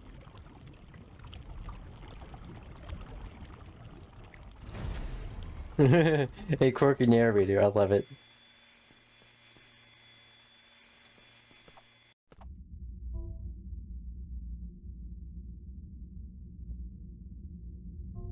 I have something to need to tell you. For both legal reasons and personal reasons, I'm going to be vague about this for now. I also wasn't sure if I should even tell you.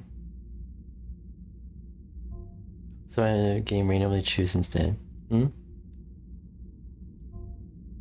will only appear once, and so I apologize if something when it happened. Am I gonna fall? If we end up beating this game. And let's be honest, most of you won't. Then I have something I need to show you after. Ooh, hello!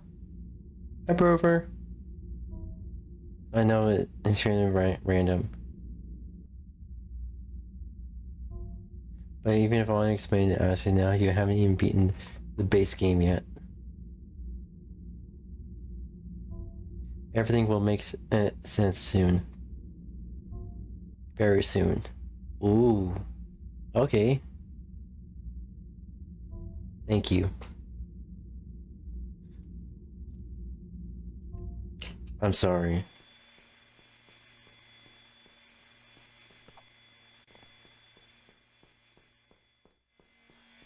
Whoa!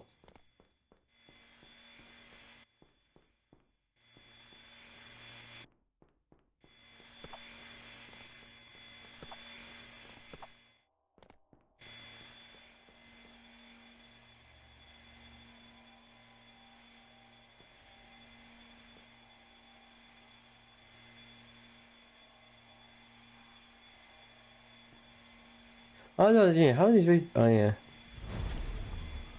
Oh, you're gonna wait to beat that? Alright then. Alright.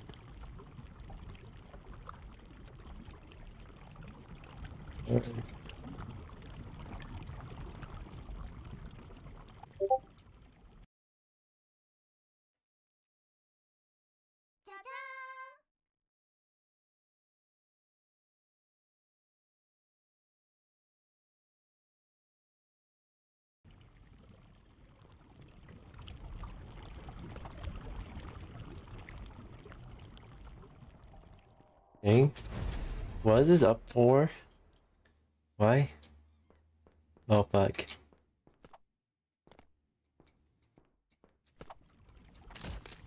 Lava is indeed hot.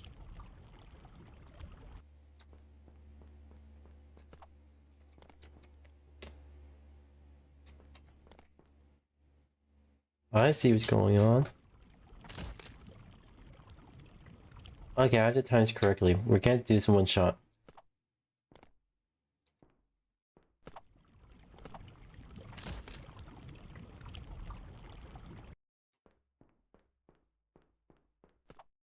You suck at platforming. Thank you! Thank you for telling me that I suck at platforming. Like, you really badly. Fuck you! I'm back! Welcome back! We're playing Fever Meme. Which is basically LSD for games.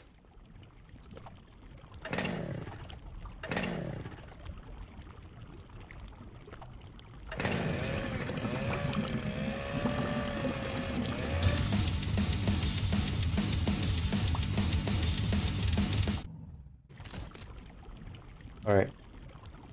I thought I do. Here's you suck at platforming. Welcome back! Like, really badly. Fuck you! Alright, alright, we can do this. We can do this.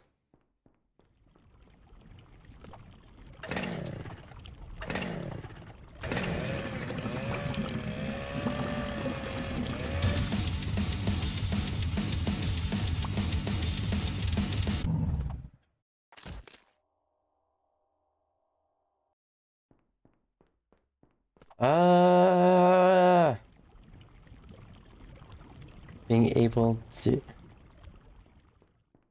I'm just being able... just... yeah. Evil? You being evil? What were you evil about?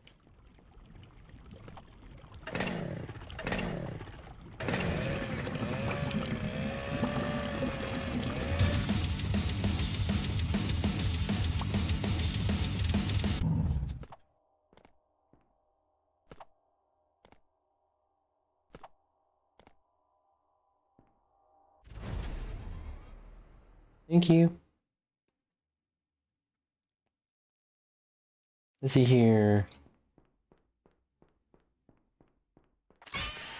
Oh, beware of spiders, by the way. Thank you.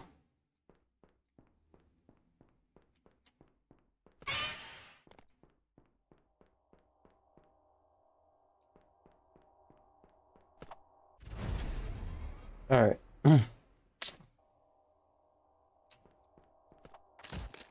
I wonder what red means. Fuck you.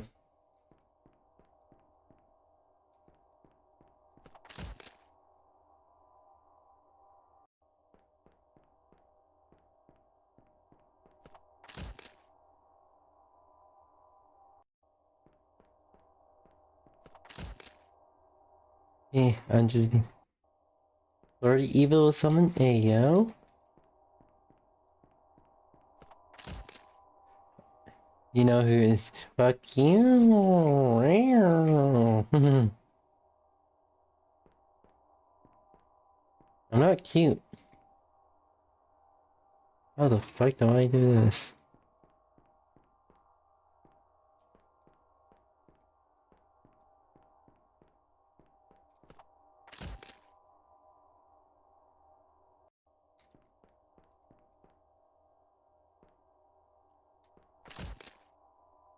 Hmm.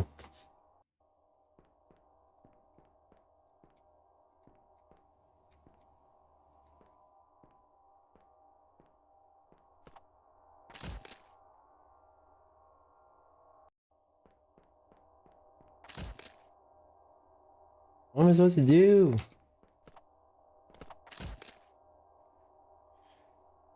Ah, fuck. What's going on stream? What's going on stream?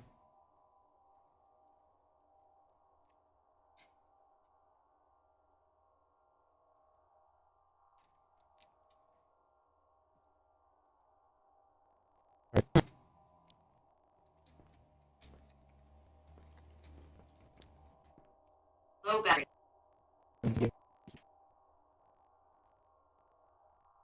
Alright. Fuck. Oh, fuck.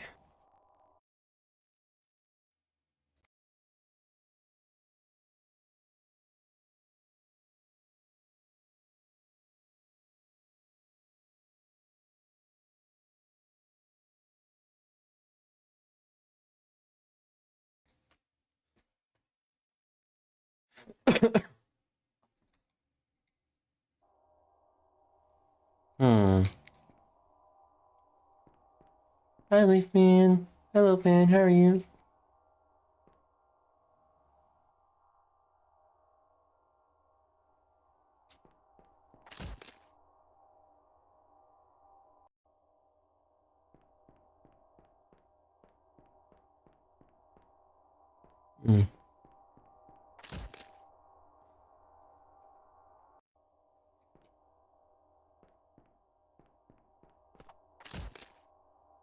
Hmm. How do I fucking do this shit?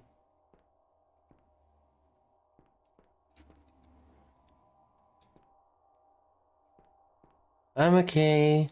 Struggling with this game. Hmm.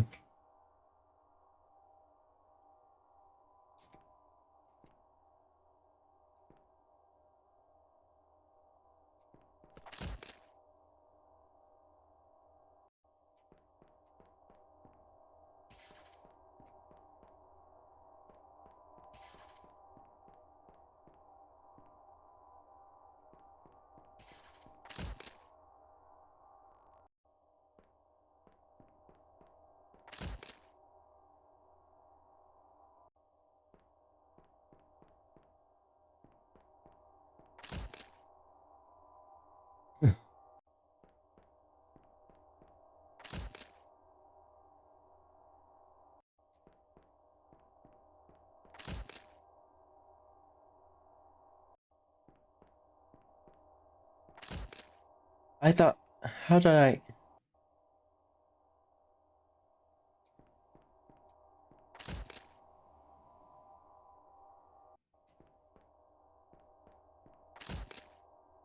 How did I did it before.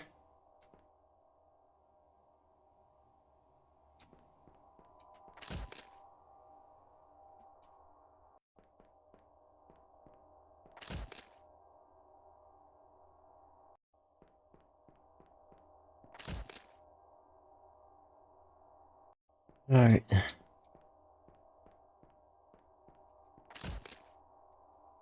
Hmm. In the middle of it?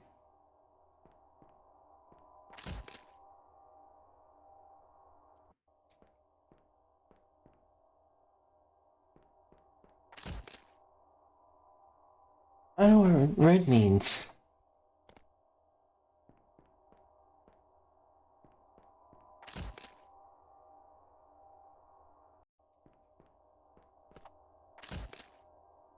Okay, come on. Come on.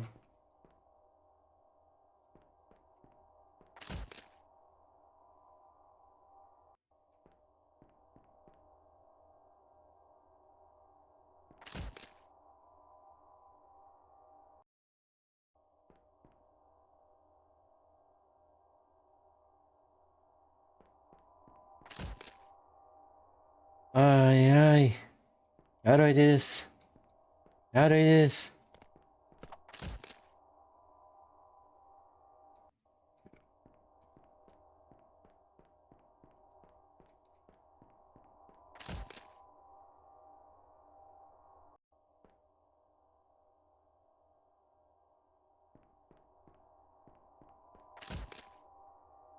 Mm-hmm.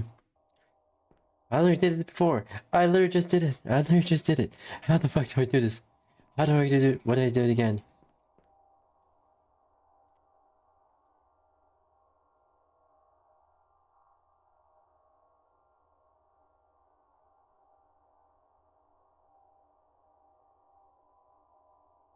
Uh.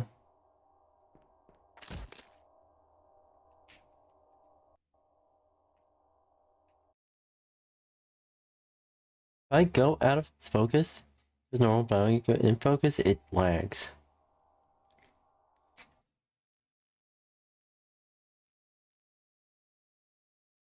Unreal Engine. This is Unreal Engine 5. If it is, I fucking hate you. I fucking hate anyone who uses Unreal Engine 5. Including Sonic Racing Crossworlds.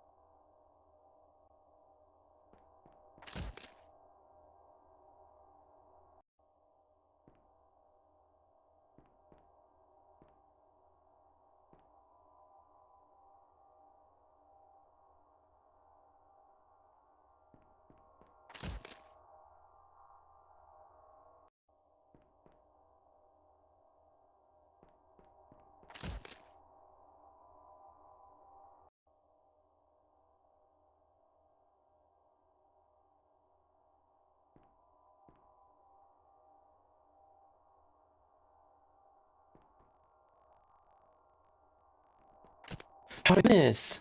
I literally just... I just did it before.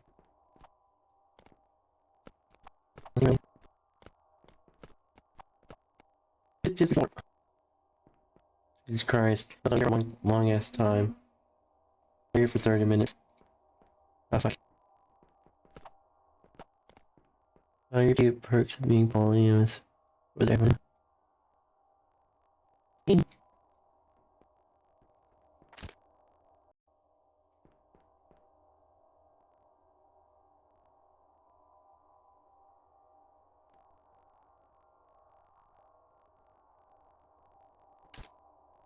Hi.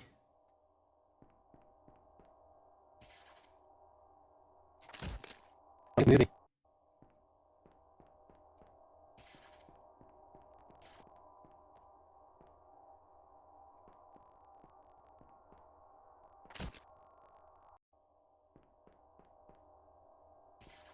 Moved.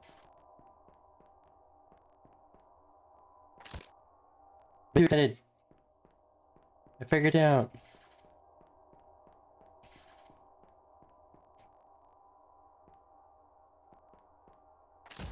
She would want to be me.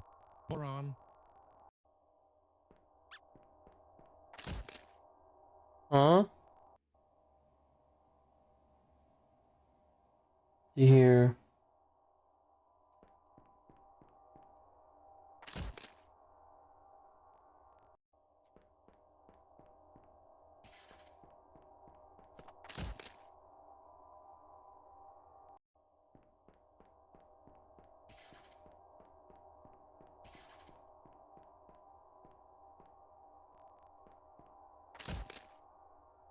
How do I fuck this? Ah! I'm slowly figuring it out, chat. I'm slowly figuring it out.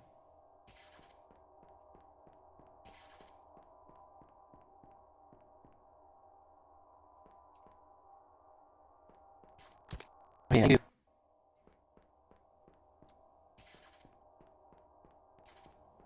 Okay.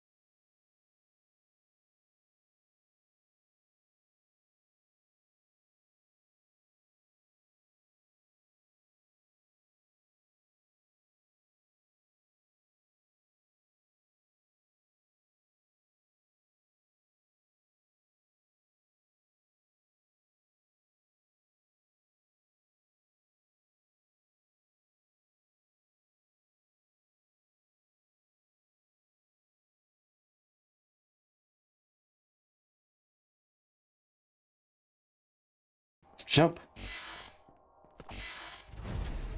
Oh. Okay. We figured it out.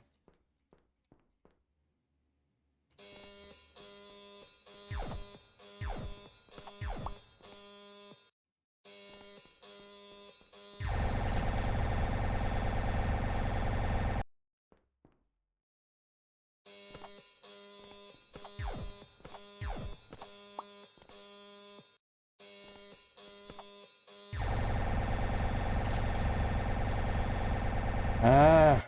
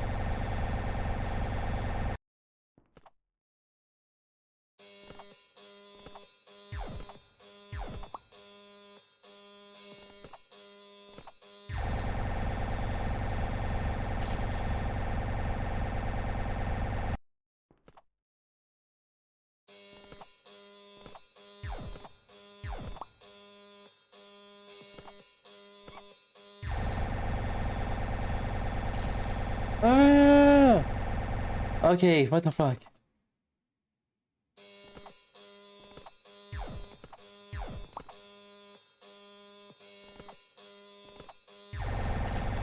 Oh, fuck.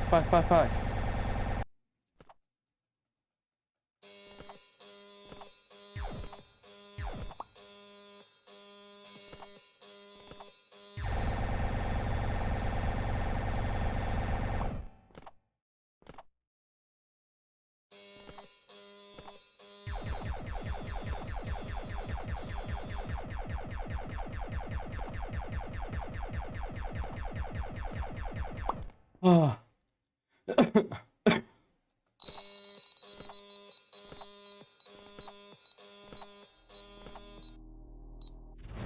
Holy shit. Oh. I need to. Oh. Oh. I need to go use the restroom real quick.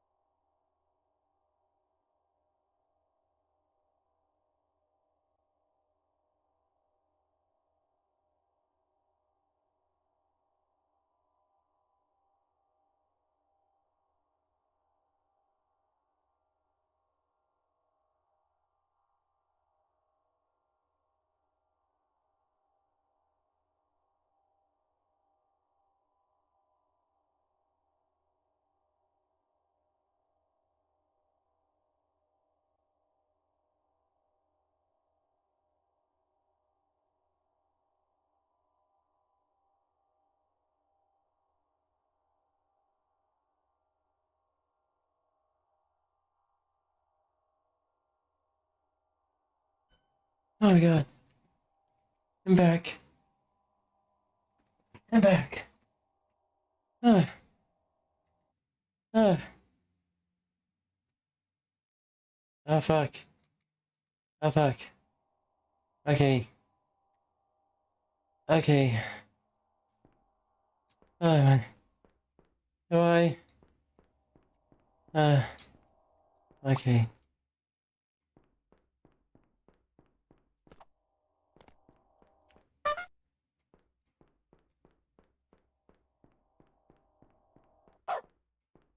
Really? Excuse me?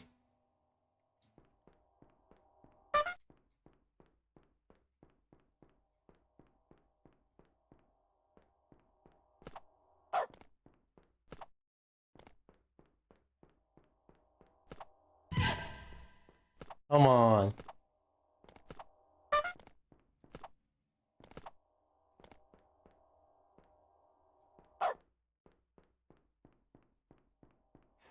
Come on, we can't be playing this game now.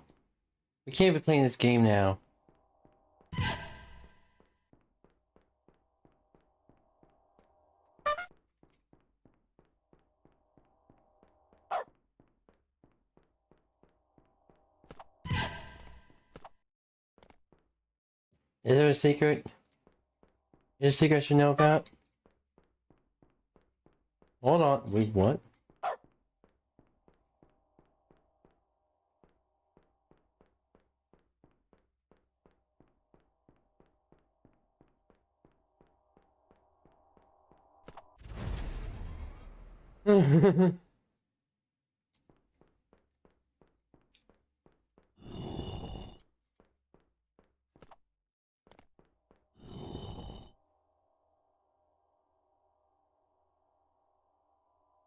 Question 1. Your first killer spread. Do you agree?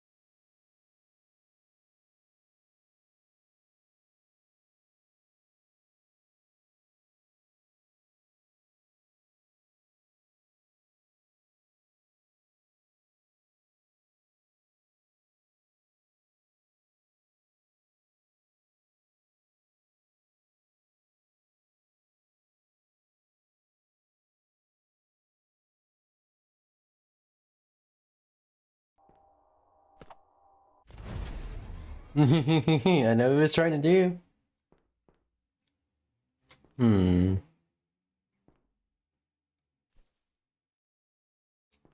Fuck. Bitch. Bitch.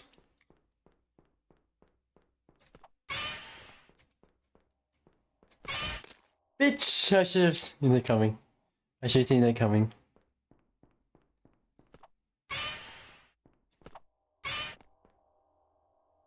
Two of them.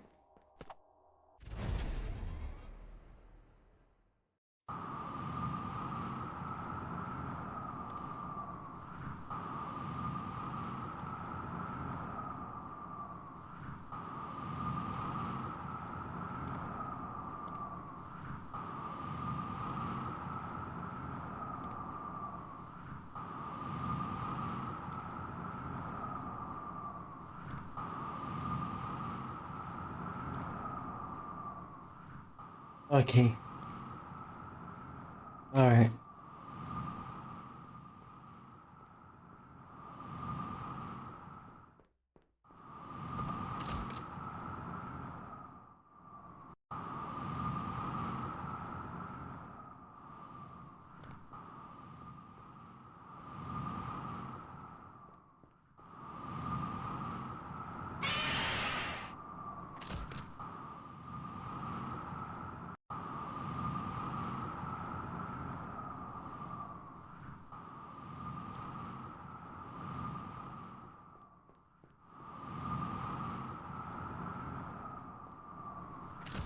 Fuck you!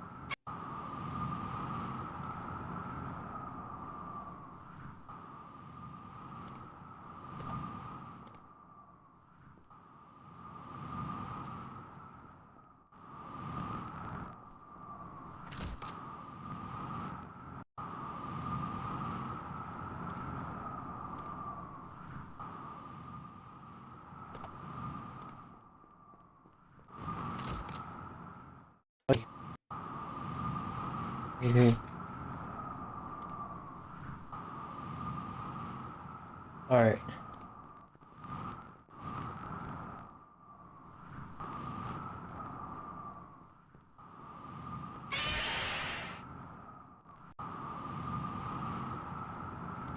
What am I supposed to do? Fuck. Alright.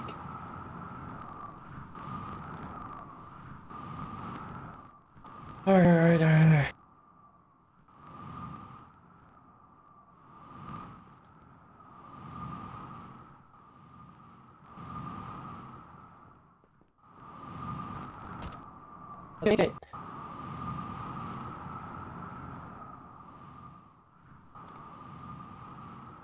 Ah, fuck. Oh, miss.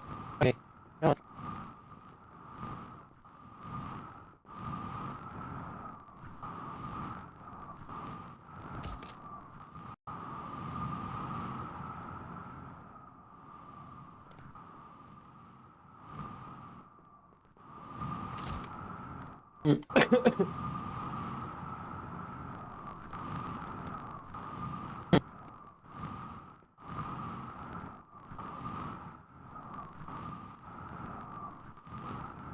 Fuck you!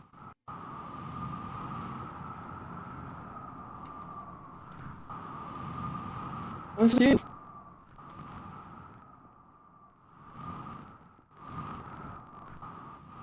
Fuck! Oh, hell no.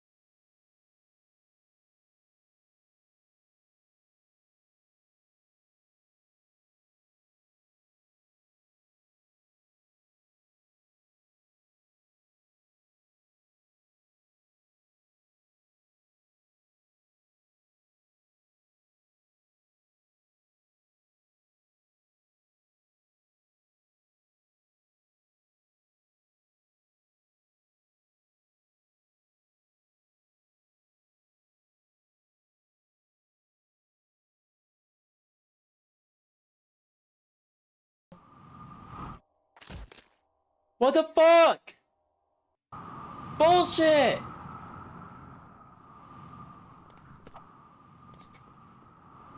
Wait, do I have to hit space for that?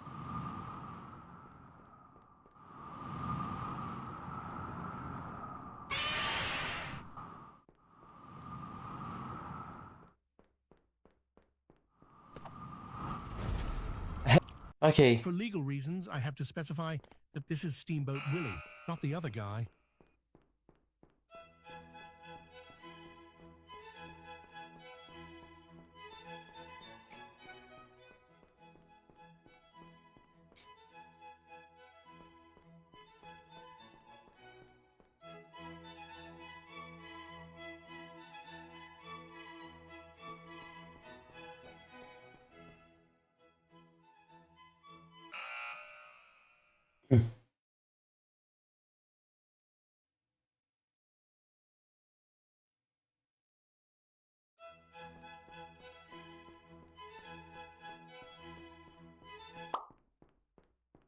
That was easy.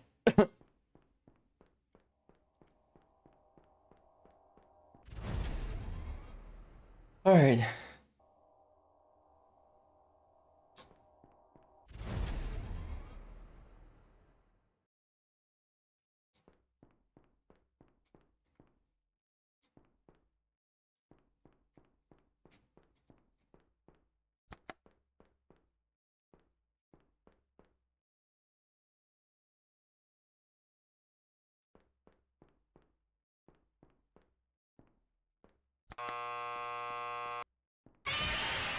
That button is clearly blue.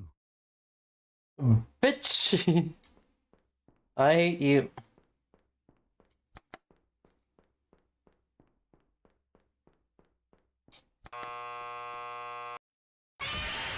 That button was clearly labeled blue.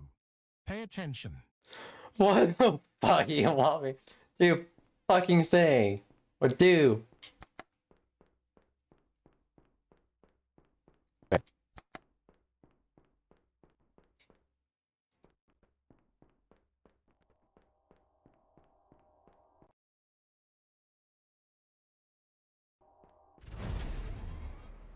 Yeah, I was gonna do that. Oh, my eyes.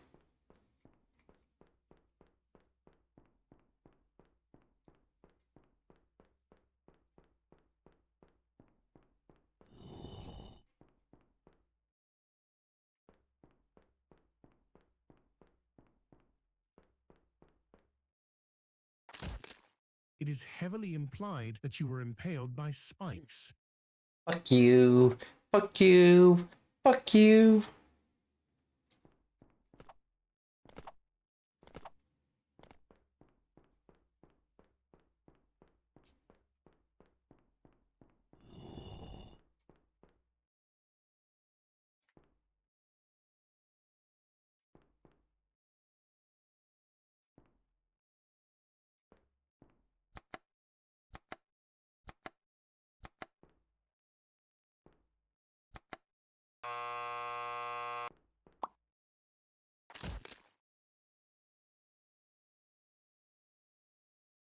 How many? Oh, how many leave?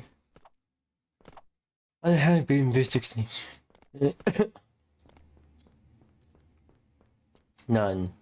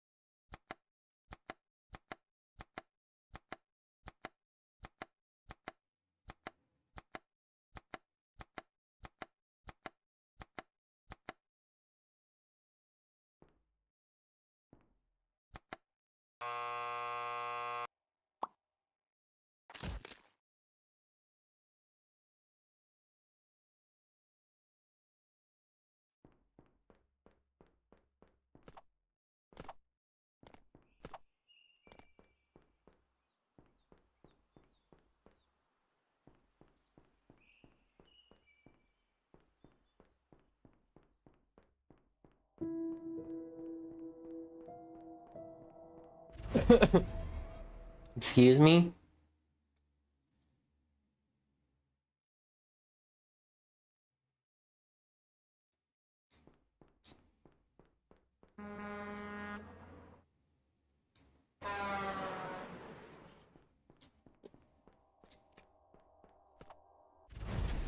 Okay, I knew it was too good to be true. Ah, yes. The obligatory maze level. No game would be complete without them. Or am I thinking of water levels? Is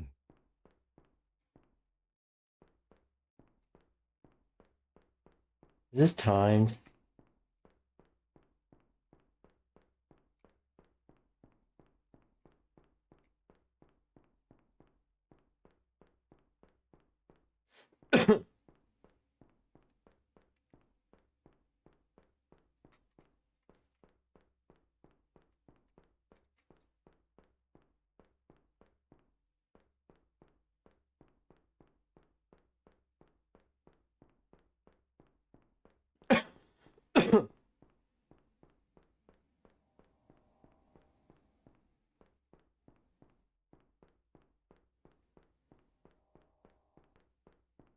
Okay, Colin. Just have the right note, get through.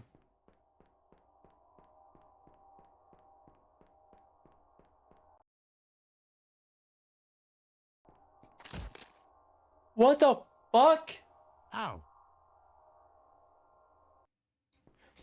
Bitch! You're a bitch!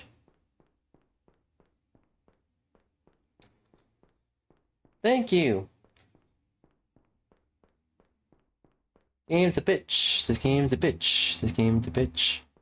Bitch. This game's a bitch.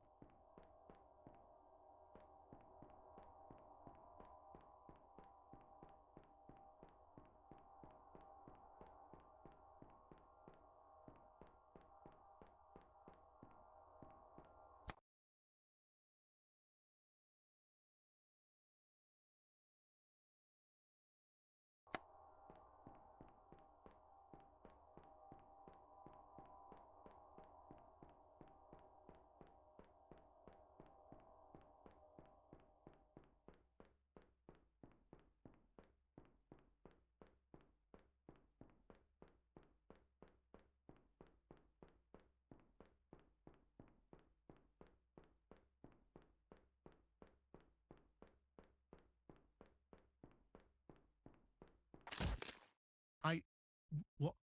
How did you even walk into that? Were you on autopilot or something? Lock in already.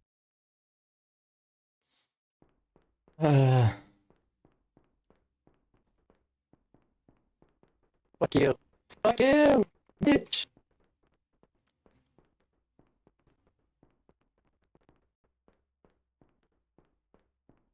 One, two. Okay, we turn it there.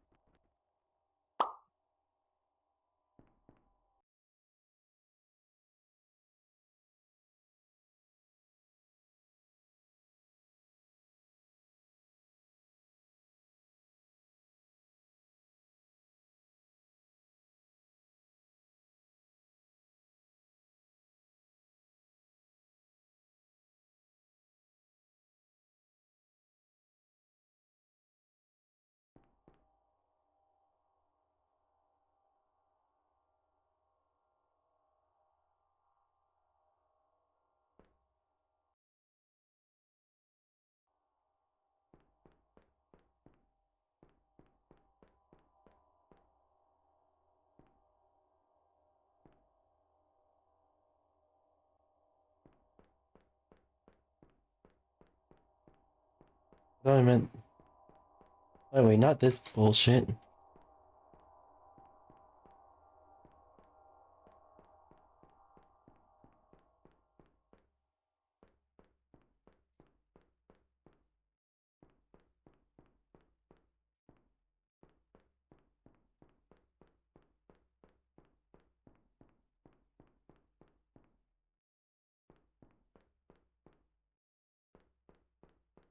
All right, I'm over it. There's the exit. Thank you. Yes. The obligatory RD. Hello there. You told me you were a content creator earlier. So as thanks for playing, please take this opportunity to stop for an ad break. And if you feel bad about shoving ads down people's throats, don't. I promise the alternative, if you don't, is much worse. Ad break starting now. Alright, time for an ad break. Ah, fuck. If I were able to... Twitch.tv/aimbot. Twitch.tv/aimbot. Twitch.tv/aimbot. Twitch.tv/aimbot. Okay, The that... many interpretation count numbers. It is one of a number and philosophy. Tree. When everyone becomes real. Modern versions of many will different function laps. Decoherence. Decoherence to Ed break. Enjoy the rest of the game.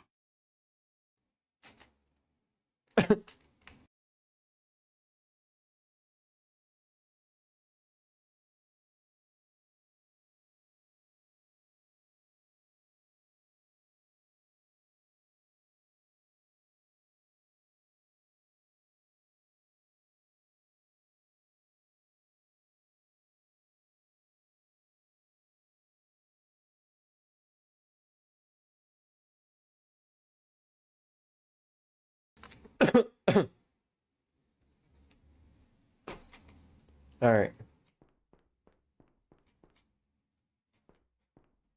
What the fuck?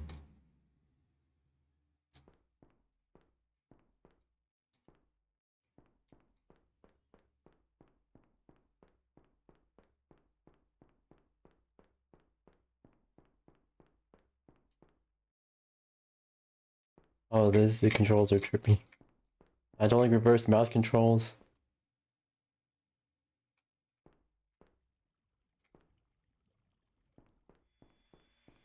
What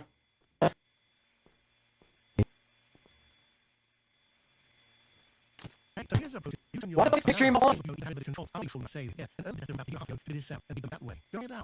Just had my foot upside down? Yep, kick and just bugged. It's all hell for me.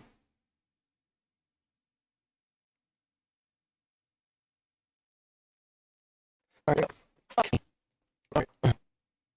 It's so weird. Yeah. I put a mouse like ah.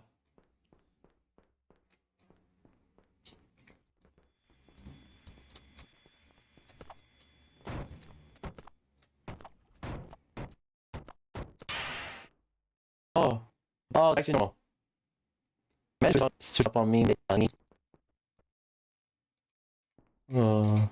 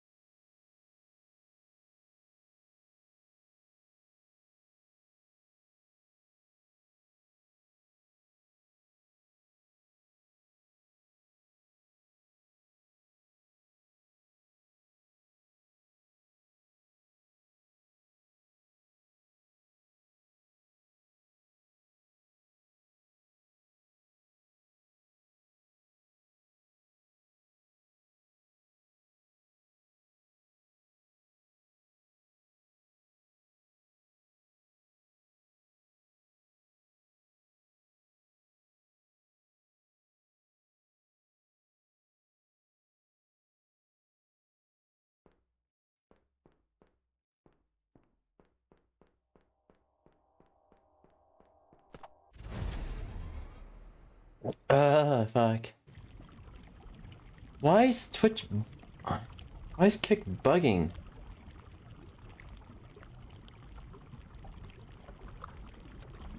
Okay.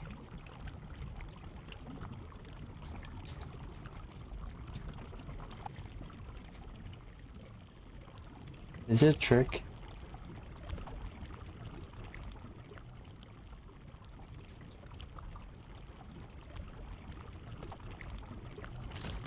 Are you good? You seem to be lagging a bit. Fuck you, that was on purpose?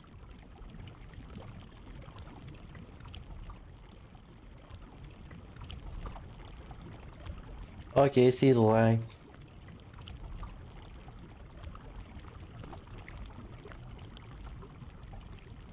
Oh, the textures. Fuck you! Oh my god, Rebby. Sorry, Rebby and I were chatting. It's okay.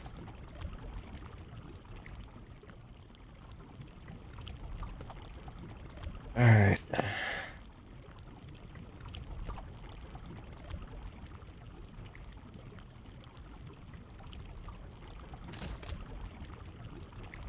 How the fuck do I beat this?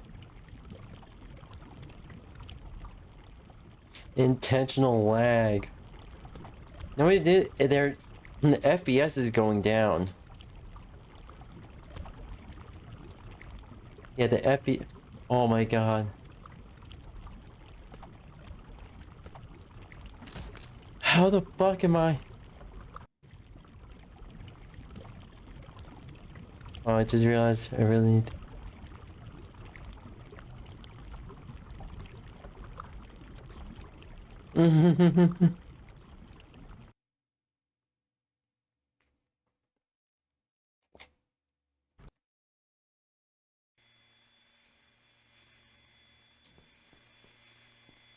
What the fuck?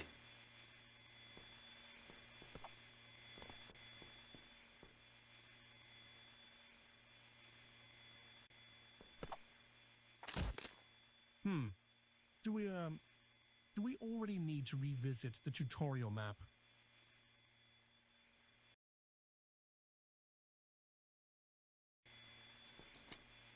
Did it boot me back to the tutorial map? Wait, what? I'm confused.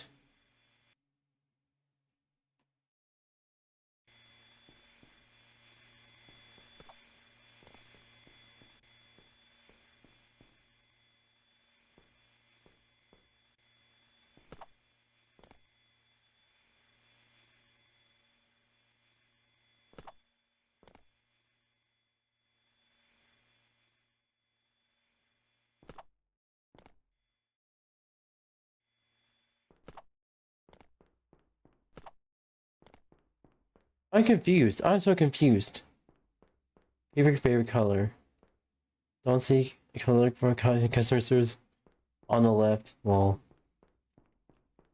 let's see here.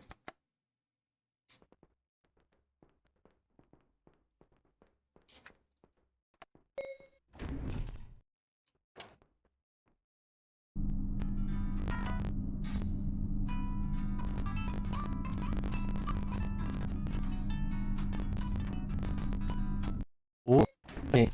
Customer support.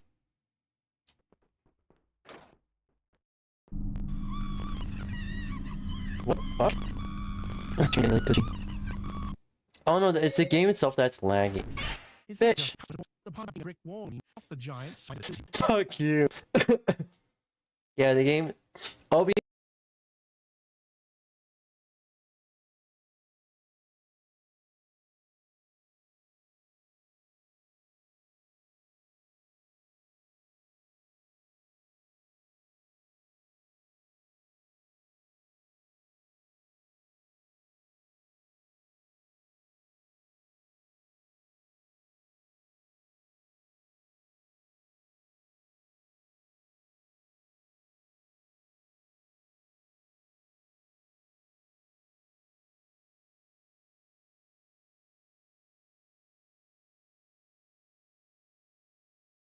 Does not like this game.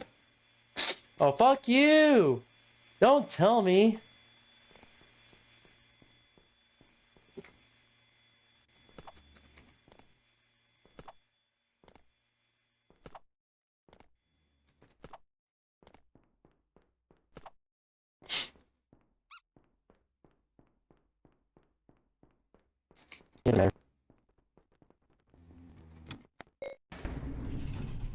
Alright.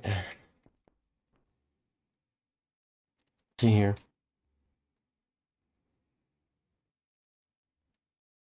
Yeah, there's no audio, unfortunately. Yeah, that's bigger. Because even I'm live. Hold on, this game.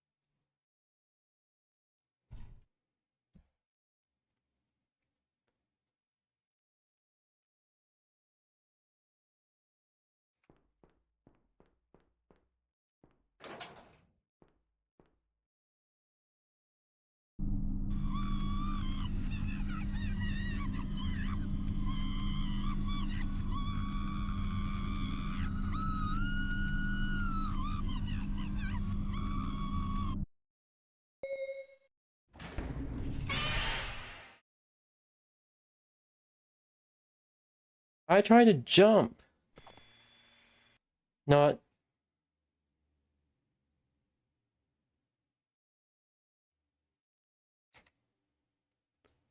Chat. I tried to jump. I tried to jump.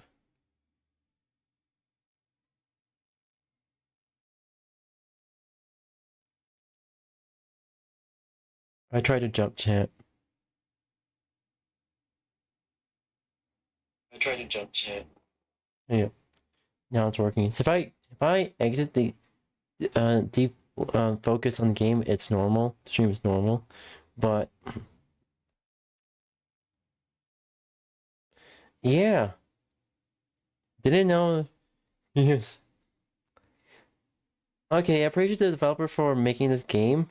Why did you have to make an Unreal Engine 5? Do you not know that Unreal Engine 5 is Unreal Engine 5, the base engine is so unoptimized, even for PC, mind you, that almost nobody that doesn't have a high-end PC can actually play this, including small time content creators.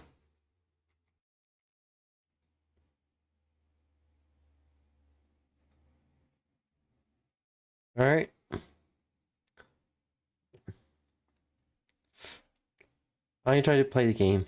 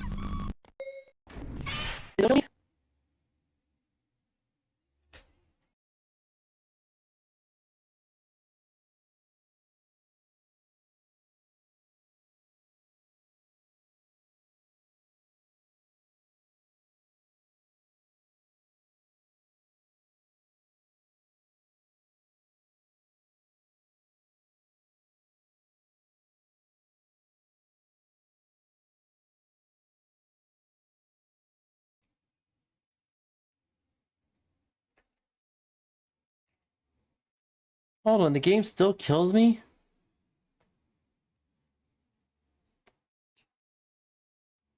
Ah, fuck. Also, yeah, it's password time, so yeah.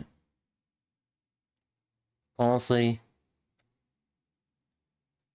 Fuck.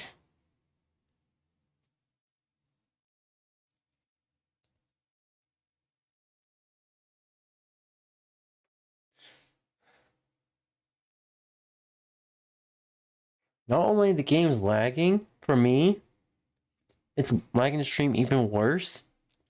And I only have a mid-end PC. Not even one for the top tier like graphical stuff like that.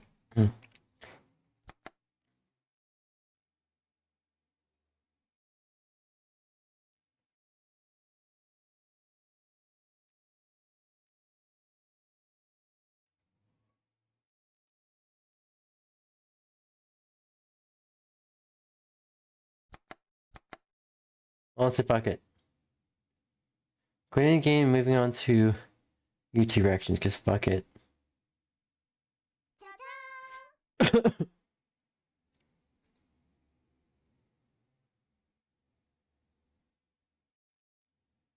Let's see here. We're switching this back to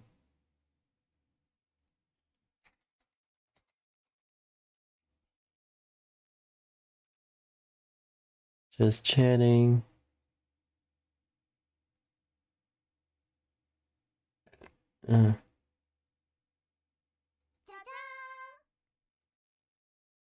Alright.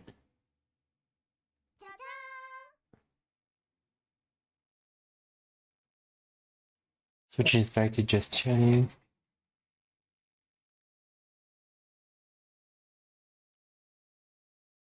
I am not up to complete the game, and plus, I can always just look up the game's ending.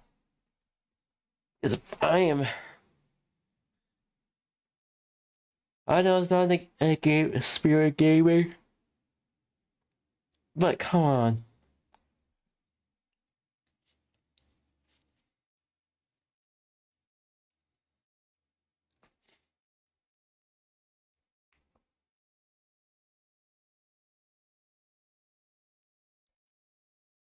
Fuck me.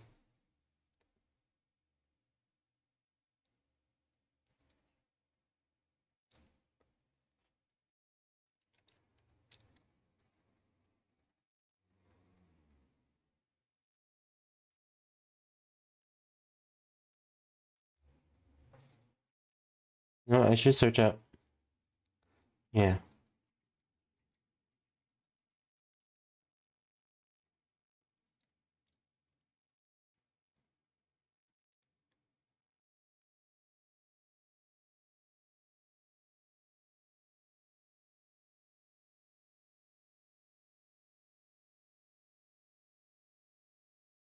Come on.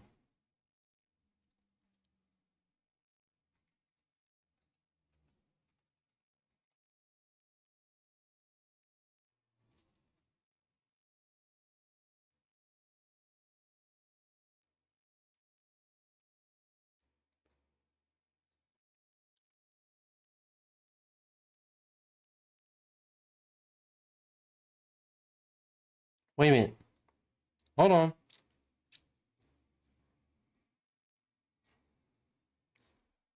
Are the endings just pictures?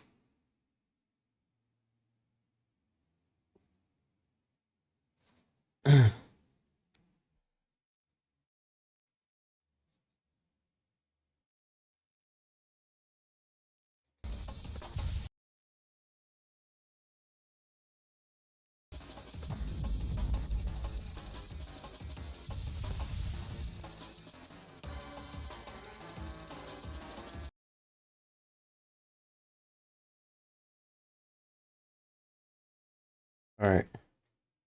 Making sure.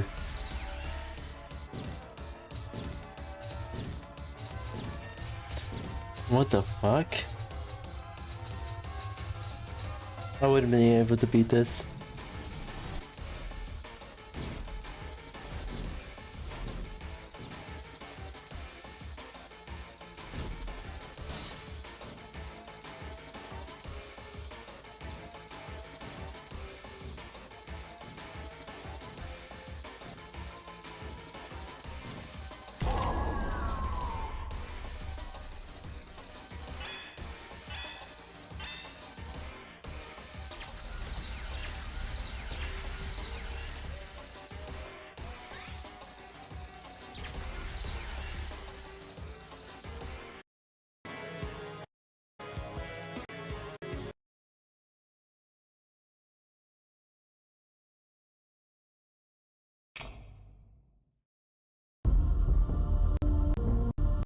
Oh, that would be funny.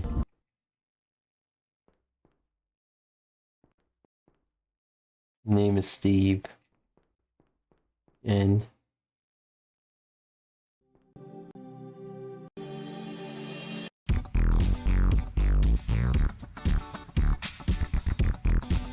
okay.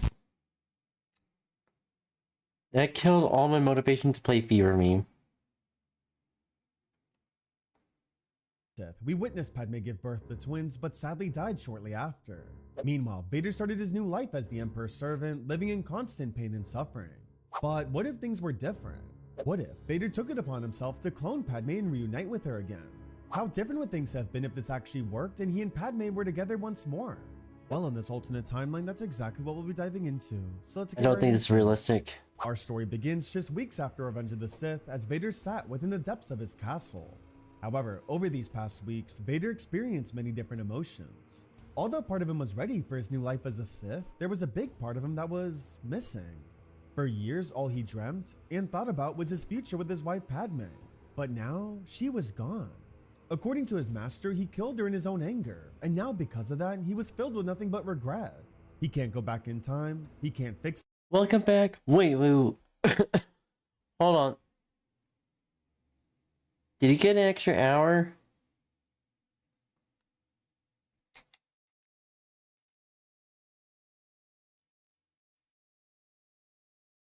Also, hi. Welcome. Mwah. Cutie.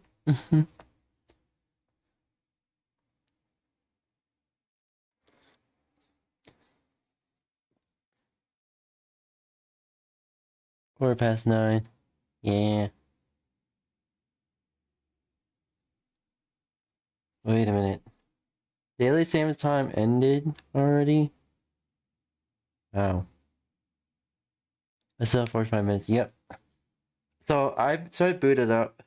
What if Darth Vader cloned Padme? So I thought it was gonna be like something like the same video that that I watched was what if Darth Vader cloned himself?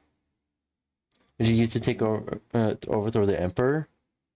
But when I'm seeing this, and I realize, oh no, this is all kinds of fucked up. No, I don't like this. But let's see how this person was again. So that. Things with her, nothing. It was too late. She was dead and it was all his fault.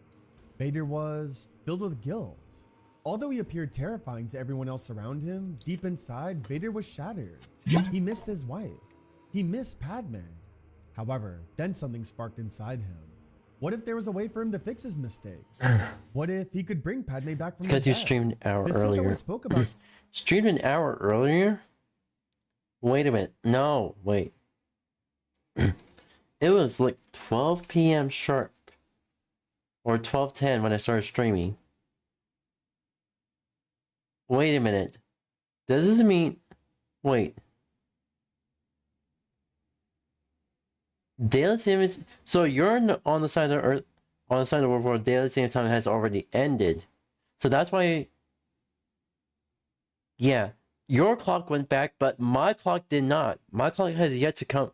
Has to go back... tonight. So I'm still on Daily Savings Time. Until... my tomorrow.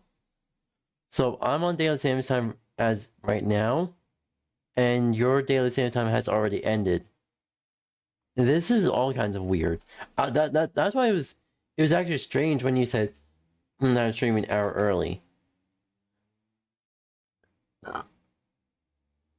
Yes, you technically. Yeah. Yeah, so you technically did, yes. So you technically did, yes.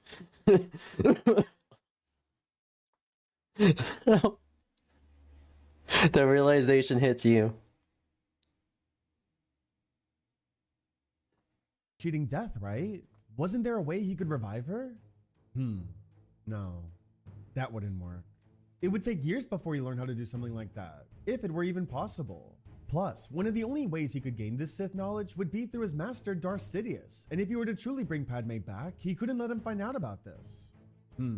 What else could he do? What other options were there? Then something hit him. Cloning.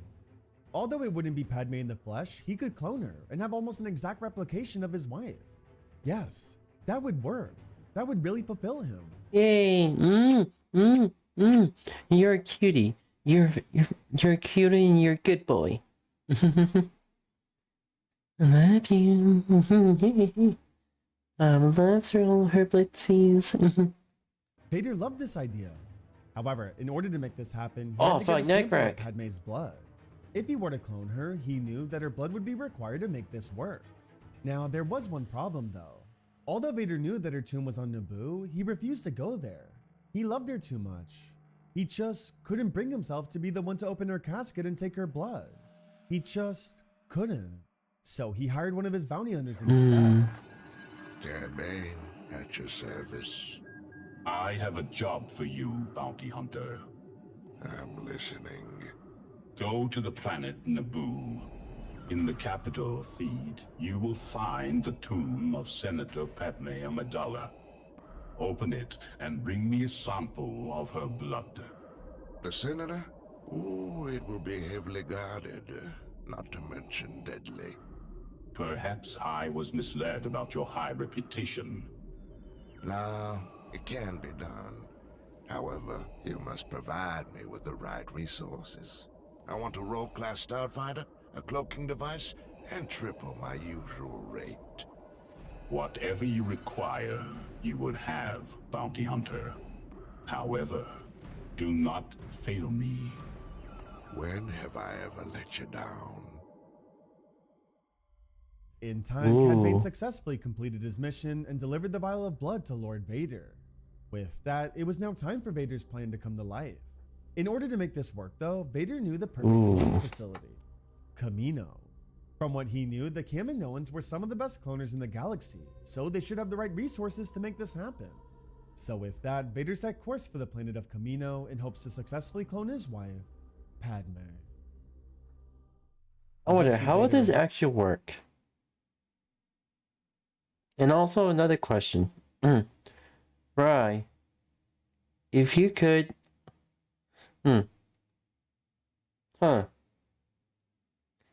If the technology were to exist today, who would you clone? Okay, would you clone me or would you clone yourself? And as he did, he stormed his way into the office of the Prime Minister, Lama Su. Lord Vader, what an honor this is. How can we help you? I didn't know Lana C was a Sith Lord. Obviously, I'd rather have two. Aww.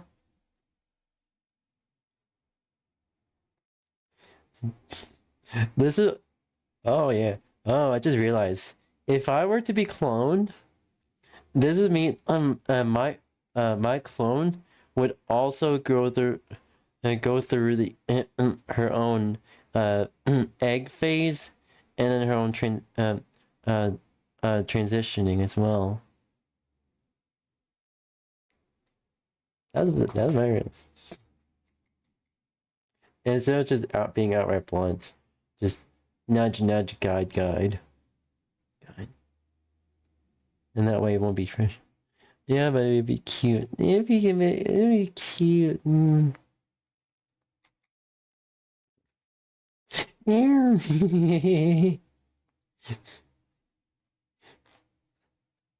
Imagine little me running around. Oh my god, is it? Why can't cloning exist today? I am here to request your cloning services, Prime Minister. Of course. I'm now horny. As you know, that is... Oh yeah? Is it one of my blitsies horny? Shall I scratch your chin? Yes. Imagine we clone both of us. Have two little mini S's. That'll be interesting having our clones of children. That'll be interesting.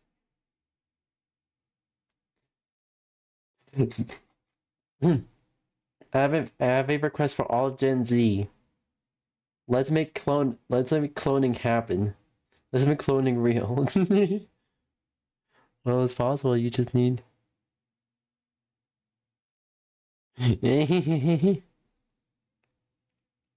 If I can do it in time before I can't anymore, then yeah.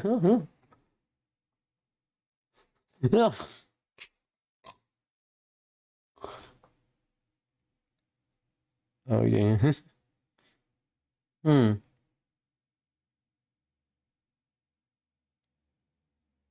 I think maybe I should have asked them to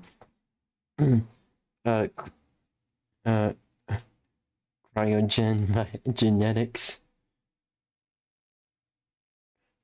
Having one of those bolts.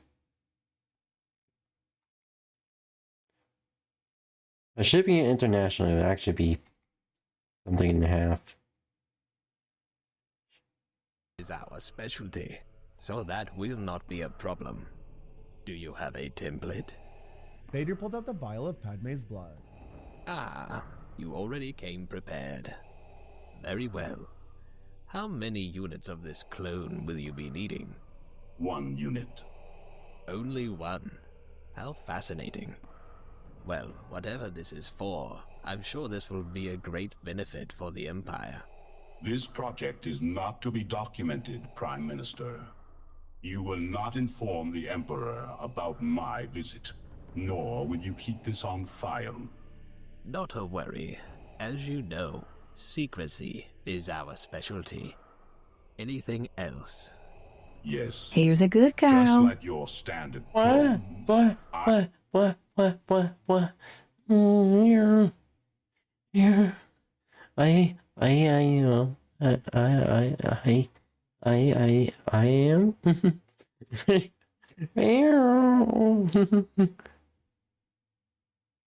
I require that this one have accelerated aging. For this project, an older clone is required. Very well. That is not a problem. Now allow one of our doctors to scan this blood type and then we can proceed. As you wish. As Vader said this, one of the Kaminoan doctors walked in, and as they did, they began to scan the blood. However, as the blood results came up on the screen, Lama Su was shocked. He was speechless. Lord Vader, you wish to request a clone of the former Senator Padme Amidala? Is that A little adorable, just mini us running around, running, Mom and Dad, now watch this. Oh yeah.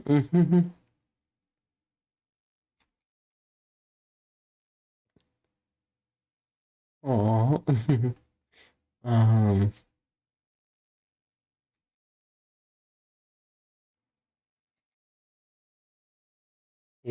That's a nice thought. My only concern is actually my own the fault of my own genetics. Not really a not really a mental thing, it's more of a do I really want to risk passing down my heart condition or the fact that half of my family well a quarter of my family is dealing with cancer of some form.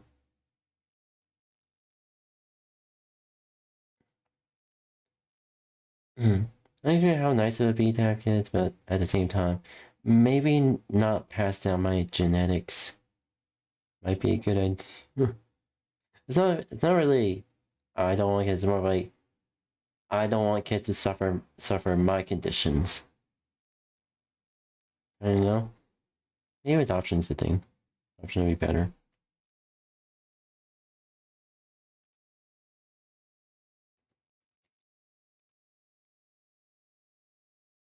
That's good. Yep. That a problem, Prime Minister? No, my lord. Certainly not. However, I must I inform love you of watching these something. videos. I'm not sure what your intentions are with this clone, but you must know that while Senator Amidala's body can be restored, her mind may return empty. Vader clenched his fist.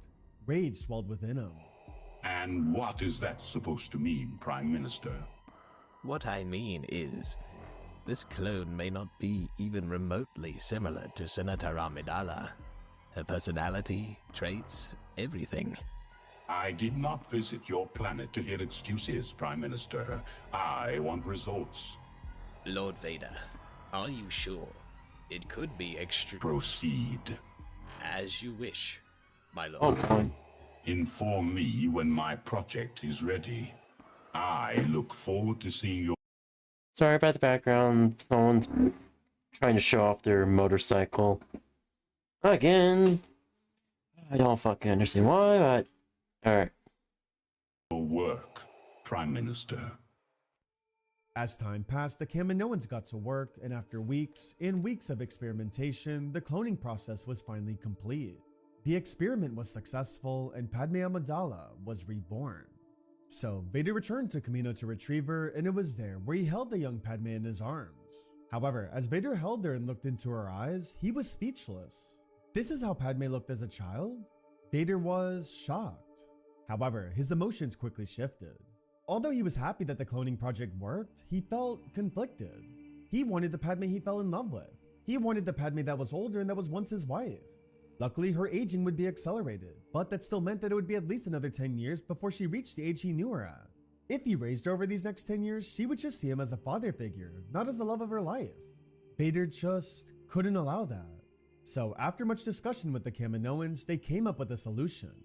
In the depths of Vader's castle, they would install a stasis chamber that would keep Padme in there for the next 10 years. However, unlike most stasis chambers, this one had technology that still allowed her to age.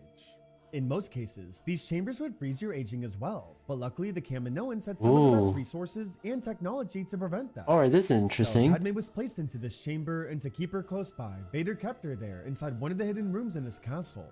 In time, he would eventually be reunited with her, but for now, he just had to remain patient. Soon, he would be with his incredible wife again, and finally they could continue their story together. How would that work? Like... 10 years had passed since Padme Amidala was reborn, and since then, Vader continued his work for the Empire. Over this past decade, Vader spent most of his time hunting Jedi, carrying out missions for his... Also, Rye, you're cute. You're cute and adorable. his master, and most of all, ensuring that his clone of Padme remained a secret. Luckily though, now that 10 years had passed, Padme had finally reached the age of 20 because of the accelerated aging. With that, it was now time for Vader to release her from her stasis, and finally begin his life with her again. Although he wasn't sure how he would keep her a secret from his master once she was released, he didn't care. The only thing that mattered was seeing her again, and continuing where they left off. So, Vader made his way to the hidden rooms of his fortress, and it was there where he came face to face with the chamber. However, as he stood in front of it, he couldn't help but feel nervous inside. A feeling that the Dark Lord hadn't felt in years, not since he entered this prison of a suit. My dick fell off! He dreamt about this moment.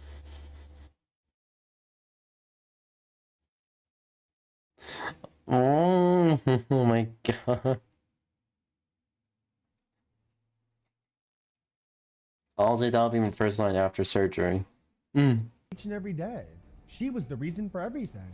The reason why he kept going. The reason why he still stayed loyal to this empire. Without her, he was nothing. He needed Padme in his life. This was finally his chance to right his wrongs and be the husband she deserves. So, Vader finally opened the chamber. As he did this, smoke was released everywhere. But then he noticed something. In front of him, he was able to spot two closed eyes. However, he recognized those eyes far too well. Then before he knew it, all the smoke passed, and it was there where Padme's clone stood there asleep. It was really her. Vader's emotions. He couldn't control them. For so long, all he's known is hate and anger. But now, he felt... Get searching me.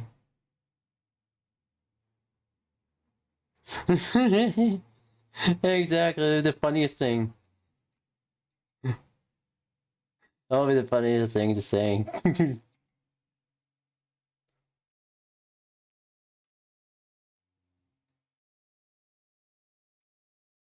Yeah. That depends on when surgery will finish, though. Maybe I can meticulously time it to... No, they'll probably have, like, most likely case probably will be a few hours. Surgery will last a few hours. I'll probably try to do it more, like, early morning, like, around 8 or 9, and then maybe a few hours pass, and then I can phone you. That's if I end up waking from anesthetics soon enough, basically. Well, happiness? He didn't even think this feeling was real. Then before he knew it, the unexpected happened. As Vader stood there looking at the clone of his wife, her eyes then opened. Oh, fuck. Hello? Vader was shocked. It really was her. She not only looked, but sounded identical to Padme. Padme? Padme? Yes. That is your name. Who are you? Vader's heart sank. She doesn't even recognize him. Were the Kaminoans right? Was her mind truly empty? Vader had to act quickly. He had to remind her of who she once was. He couldn't give up.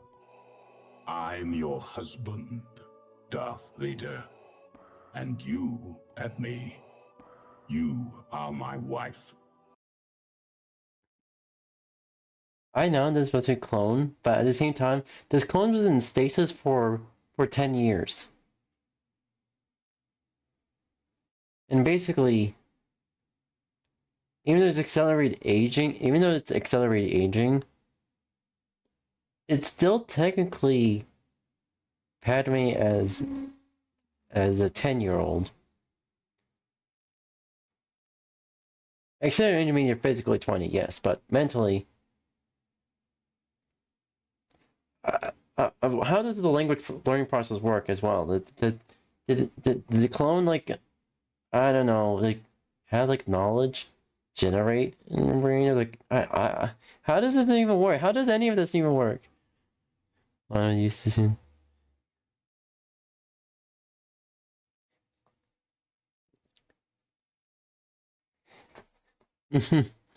I made a promise, and I intend to keep it. Anyhow.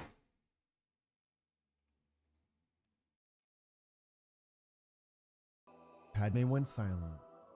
We have been married for many years, and we've always loved each other, Padme. Thank you for sharing that information with me, Lord Vader. Vader froze. Lord Vader? Although he always demanded to be called that by his officers, he didn't want Padme to call him that. He loved her too much. What do you require from me? Vader had no words. This wasn't the Padme he fell in love with. The way she spoke, her demeanor, everything. She was colder. It was almost like she was a whole different person. Oof. I wish for us to continue where we left off, Padme. I'm confused. Which?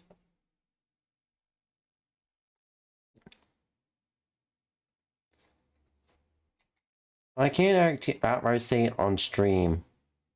I could text you it. Oh. As well. Don't want to dox myself on stream.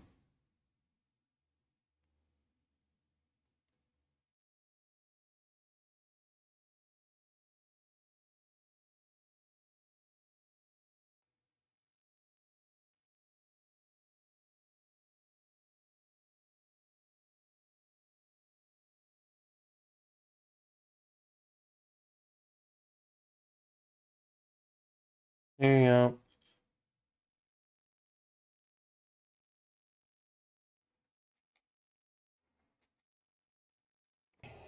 Together. And where did we leave off, Lord Vader? Vader began to fill up with rage.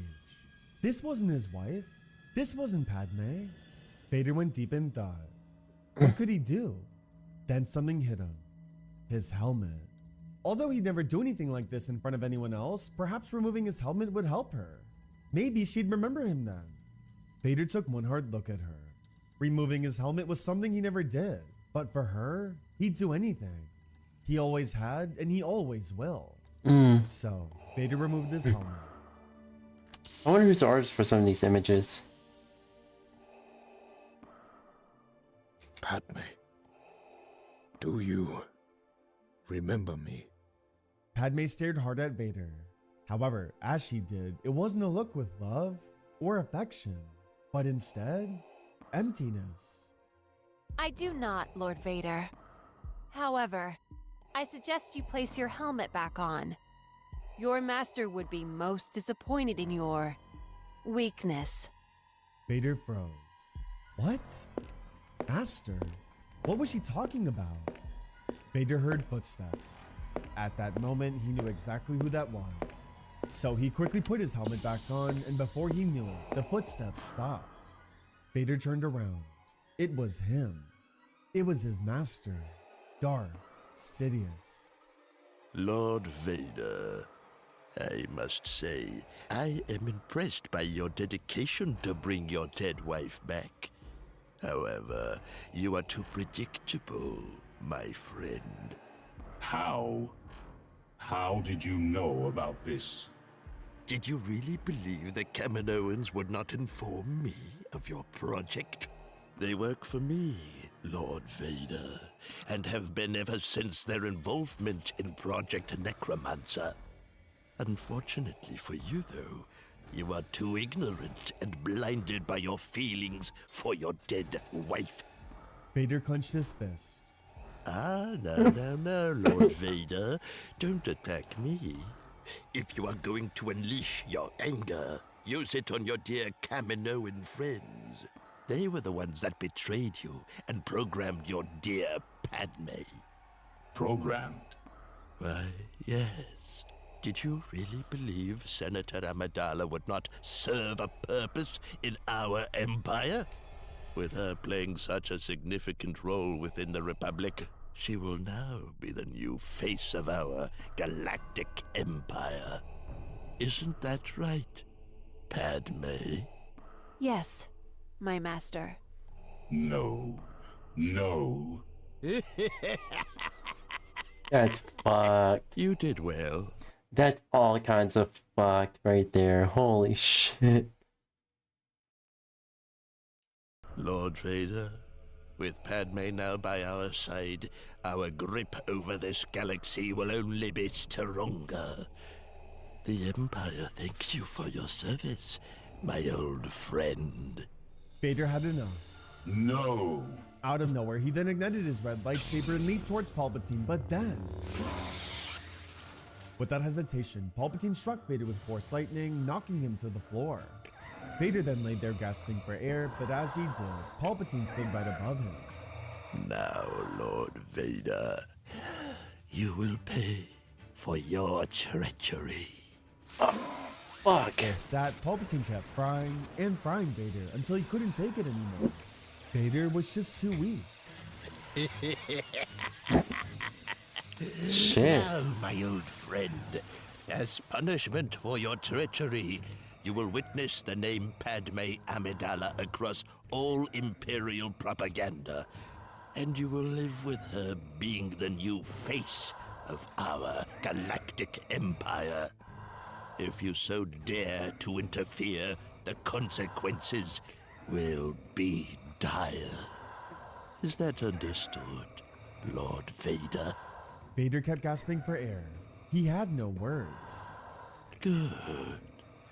Now I will leave you here by yourself in the pits of your fortress. Let this be a reminder to never cross me again, my old friend. Vader stayed silent. Come along, Padme.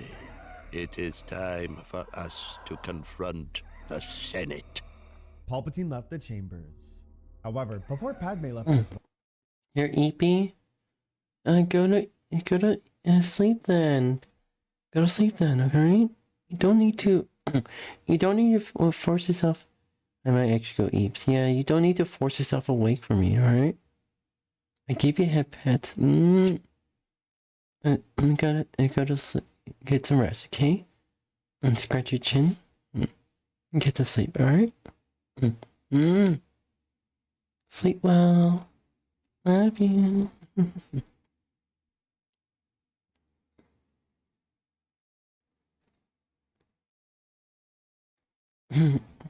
It's good.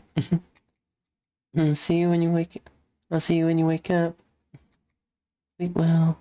Sweet dreams. More. You chat. Behave, okay?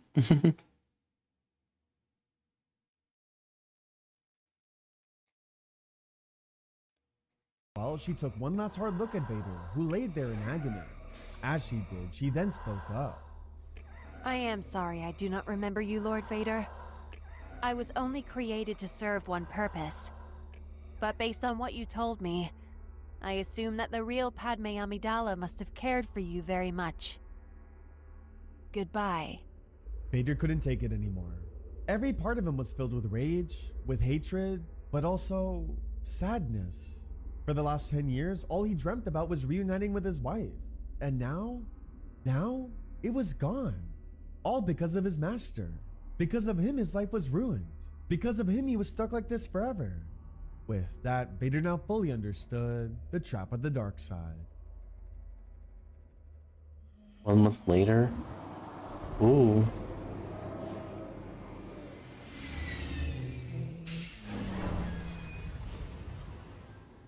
Lord Vader, what a surprise this is. We weren't expecting your arrival. How can I help you? Former Prime Minister 𝙂𝙗𝙣𝙚. Which cell block is he in? Cell 2187, my lord. Vader stormed off and made his way to the cell. Eventually he arrived, and it was there where he came face to face with 𝙂𝙗𝙣. Lord Vader, how unexpected. You have failed me, Prime Minister. I had no choice, Lord Vader. Please, let me explain. Vader let go. Usually he would have killed him right then and there, but for some reason he was intrigued to hear what he had to say. Lord Vader, please, you must know something. I'm not sure who, but somebody reported that you arrived on Kamino. My suspicion is that it was my former assistant Nala Se. When the Emperor confronted me, I had no other option. I had to tell him what you were planning. If not, he would have killed both me and your clone. Vader went silent.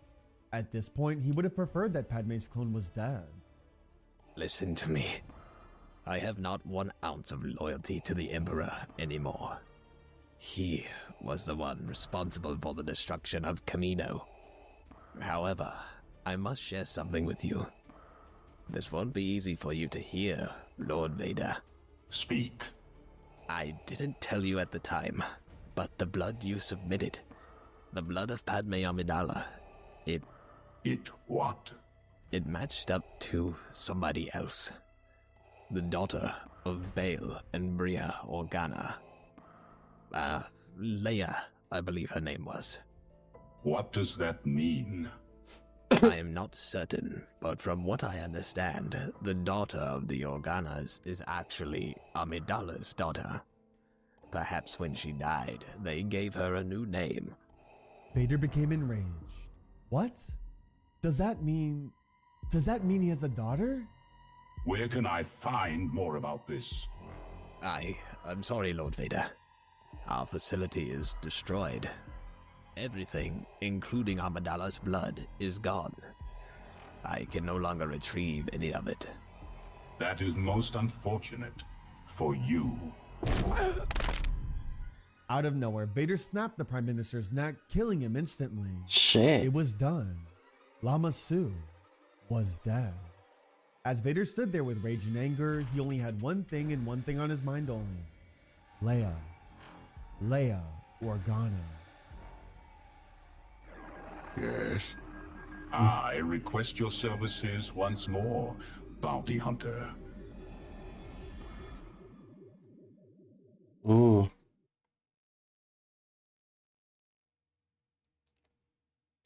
Alright, that's interesting. Alright, now.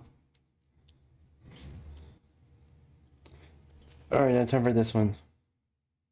Incident. On May 24th, 2013, visitors at South Lakes Wild Animal Park in Cumbria, UK, were enjoying a routine day observing exotic animals. Behind the scenes, a 24-year-old zookeeper was performing her regular duties caring for some of the park's most dangerous residents. She had worked at the facility for several years and was known for her dedication to animal welfare. The park housed several Sumatran tigers, an endangered species with fewer than 400 remaining in the wild. These tigers can weigh up to 310 pounds and are capable of killing prey with a single bite to the neck. The enclosure was designed with a series of interlocking doors and barriers to prevent direct contact between keepers and tigers. At approximately 3:30 p.m., something went wrong. A mechanical failure occurred in one of the security doors. The sliding bolt mechanism that should have locked automatically had developed a defect. When inspected later, investigators found the metal had worn down from repeated use, creating a gap of just 8 millimeters, enough to prevent a complete lock. As she moved between sections of the enclosure, the keeper was unaware the door could not reach her quickly enough. She had some 1,000 pounds per square inch, crushing 𝙂𝙚𝙣𝙚 incident. On March 12, 2025, Safari World in Bangkok was operating as usual, with tourists driving through exhibits to view wildlife from the safety of their vehicles. The 58-year-old veteran zookeeper had worked at the facility for over 2 decades. He was responsible for monitoring animal behavior and maintaining safety protocols in the lion enclosure, an 8-acre habitat that housed a pride of 7 African lions. The morning had been routine, with temperatures reaching 91 degrees Fahrenheit by midday. At approximately 2:15 p.m., security cameras captured the zookeeper exiting his maintenance vehicle inside the drive-through exhibit. He had spotted something on the ground, later identified as a fallen monitoring device, and decided to retrieve it. The lions were resting approximately 70 feet and bent down to pick up approximately in a nearby tour bus, described seeing the lion accelerate suddenly. 3 additional lions joined him deeper into the habitat. Other staff members attempted to intervene with air horns and emergency vehicles, but could not safely approach. The attack continued for 14 minutes. When rescue teams finally reached him using protective barriers, the keeper had suffered catastrophic blood loss from multiple deep lacerations to his Jesus Christ. 𝙂𝙚𝙣𝙚 incident. On November 4th, 2012, the Pittsburgh Zoo was filled with families enjoying a mild autumn Sunday. The African painted dog exhibit was a popular attraction, featuring a pack of 11 wild dogs, a species known for their distinctive mottled coats and exceptional hunting efficiency. A 2-year-old boy was visiting the zoo with his mother. The exhibit was designed with a viewing platform that stood 14 feet above the enclosure. A 4-foot wooden railing separated visitors from the edge, with a sloped area beyond it leading to a protective mesh intended to catch dropped items. At approximately 11:45 a.m., the mother lifted her son onto the railing for a better view. No, why would you do that? Security footage later showed he Oh, you're a bounced on the dumbass. surface before sliding through a gap in the catch net. The 14-foot fall took less than 1 second. Witnesses reported hearing the impact as he landed in the enclosure below.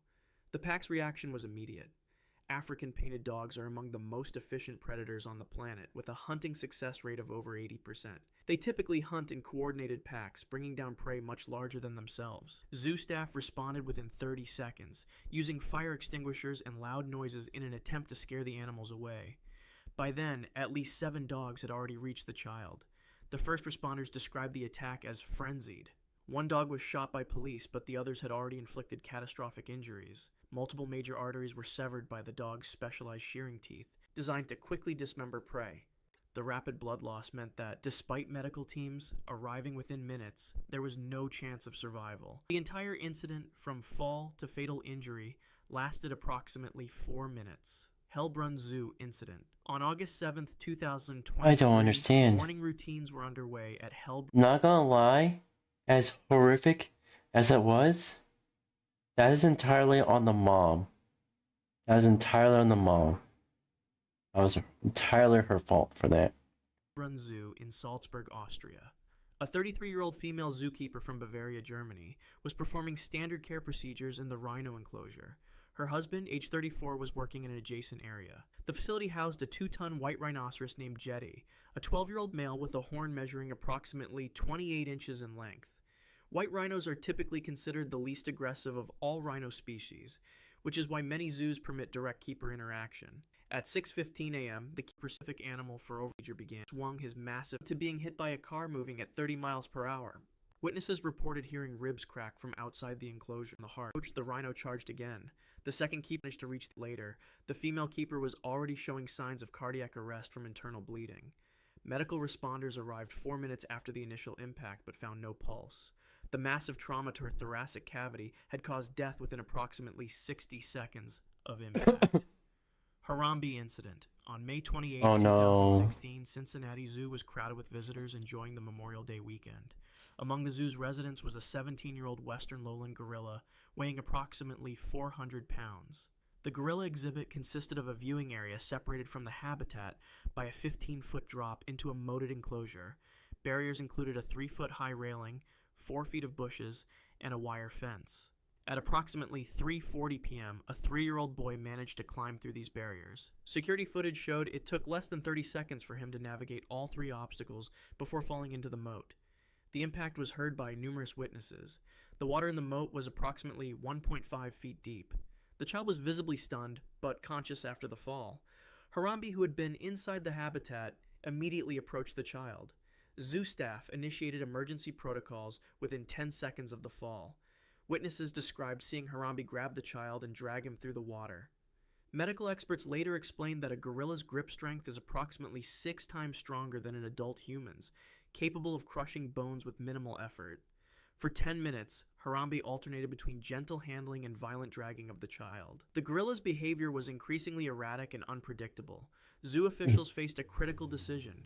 Tranquilizers would take several minutes to take effect and could potentially agitate the gorilla, putting the child at greater risk.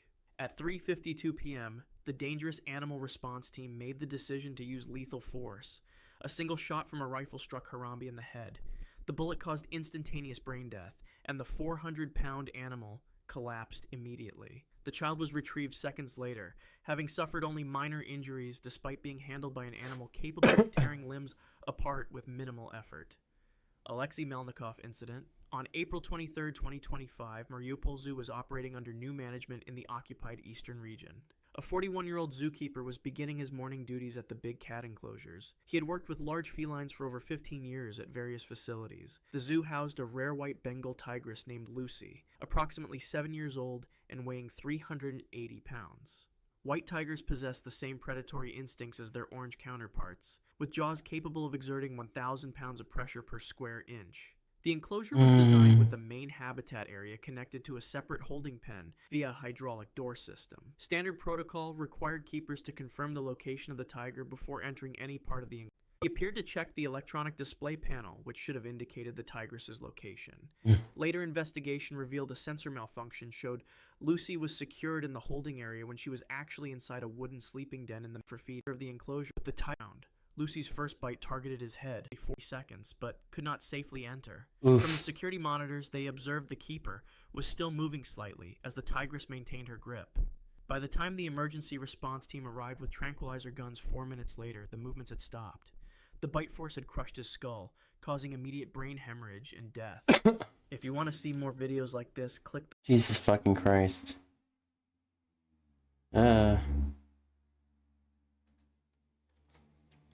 Honestly, I could probably be ending off stream here.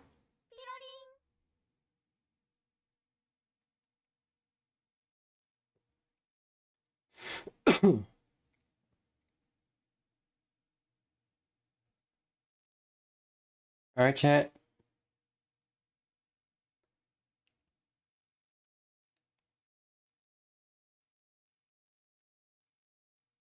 Alright, there we go. Alright, chat. I'm gonna be ending off today's stream here. I want to say that thank you everyone for joining today's stream. My name is Raina Blitz. I'm a Friday streamer.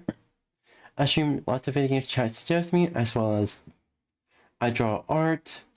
I'm not sure about if I think I'm a little bit burnt out from coding and just taking a break from coding before going back to it. Once I feel like I'm able to get back into coding, my plan is to just practice each and every lesson until my master's like first lesson I ever was taught in the programming course video that we were watching. I'm just master the first lesson first, even if it takes weeks or a year. I'm gonna try and master it, and then move on to the next one, and next one. So basically, I want to like master it to the point where I don't need the reference anymore, just could code right away. And that being said, I just want to say thank you everyone for joining today's stream, and thank you everyone for watching today's YouTube VOD. And that being said, I'm just gonna probably relax for the rest of the day and whatnot. And daily same time is ending tomorrow, so 1 hour extra sleep. There we go. That being said, bye bye, matinee.